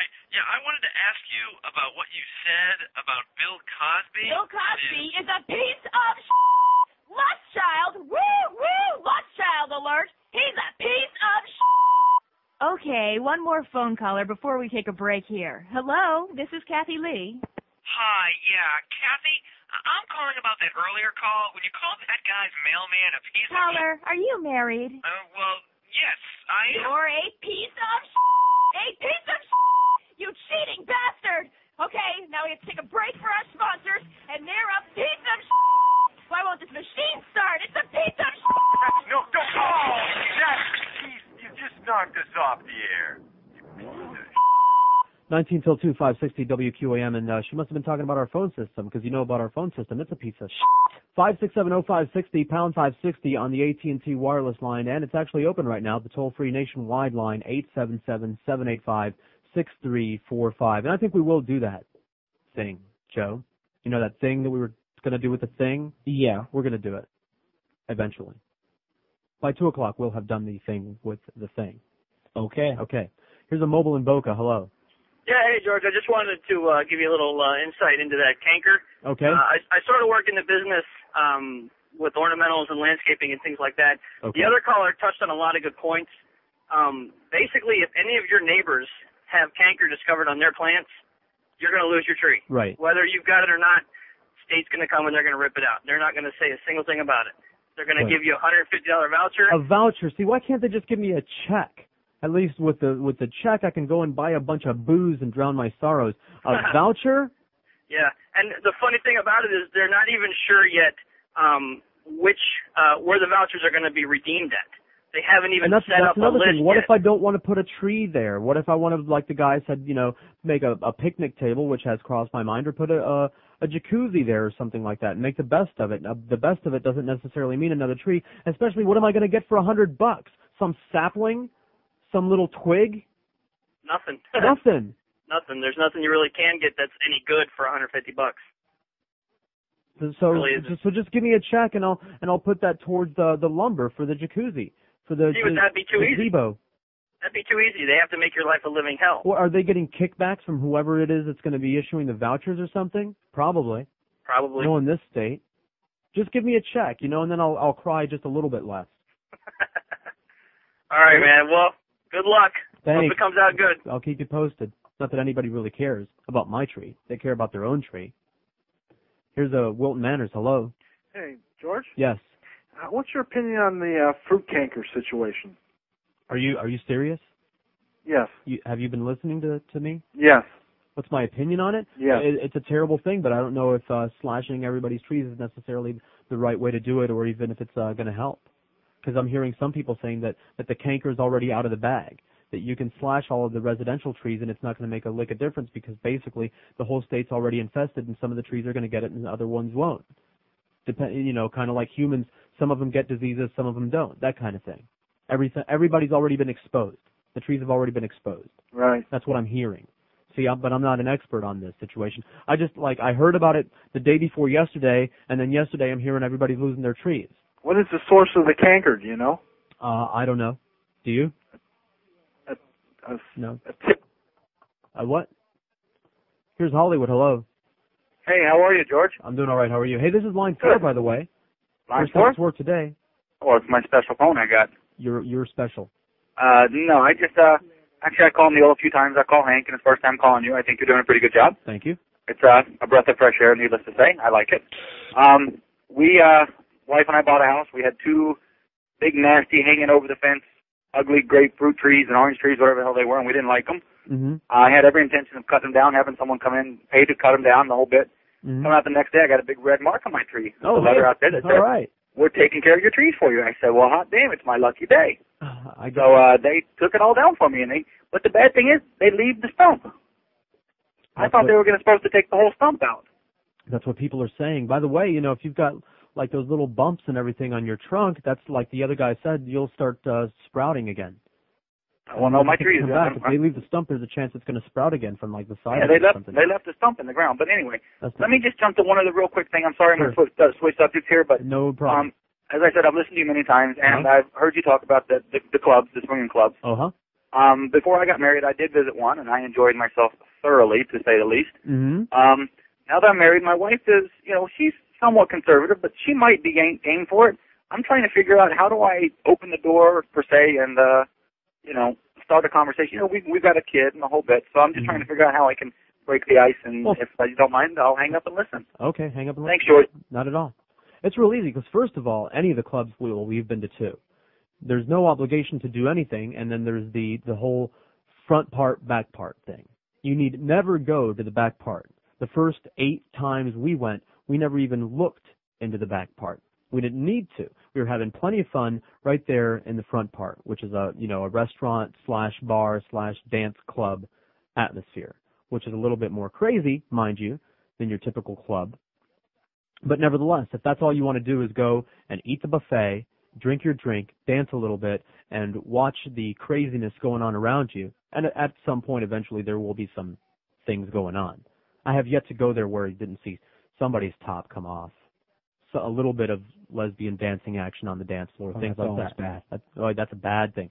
So there's no problem. I can't imagine anybody, unless, you're a born-again Christian, fanatical Catholic, totally dysfunctional, sexually prude, who wouldn't have a good time just going and staying in the front part and drinking and dancing and eating and just having some fun. See, he wants to know how to convince her to go. Crazy party. Well, he says, how can you open the door? And I said, the first thing that you need to do is open the door, is just go there. Well, hon, my favorite radio personality, George Rodriguez, is doing an appearance tonight as far as and I'd really like to go get his autograph. As far as going into the room and closing the door behind you, you tell me, because I have yet to accomplish that. Almost. No. I don't know about almost. Inching along. You know the problem with guys? They open their mouths. They just, could you keep your mouth shut? I'm sorry. Well, that's what the wife told me. She said, you guys, you're doing fine. Just don't talk. That's not all. She told me that what? The thing that keeps her from doing what you want is the fact that you want it. Is that what she told you? That if you just let her go off and do her thing. I'm not pushing her or nothing like that. I mean, I'm not trying you to men, she says. She goes, you men. You don't realize us women would do exactly what you do. By the way, this has nothing to do with my wife.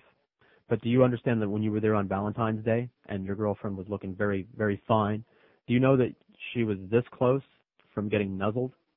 She was bending over in somebody's face.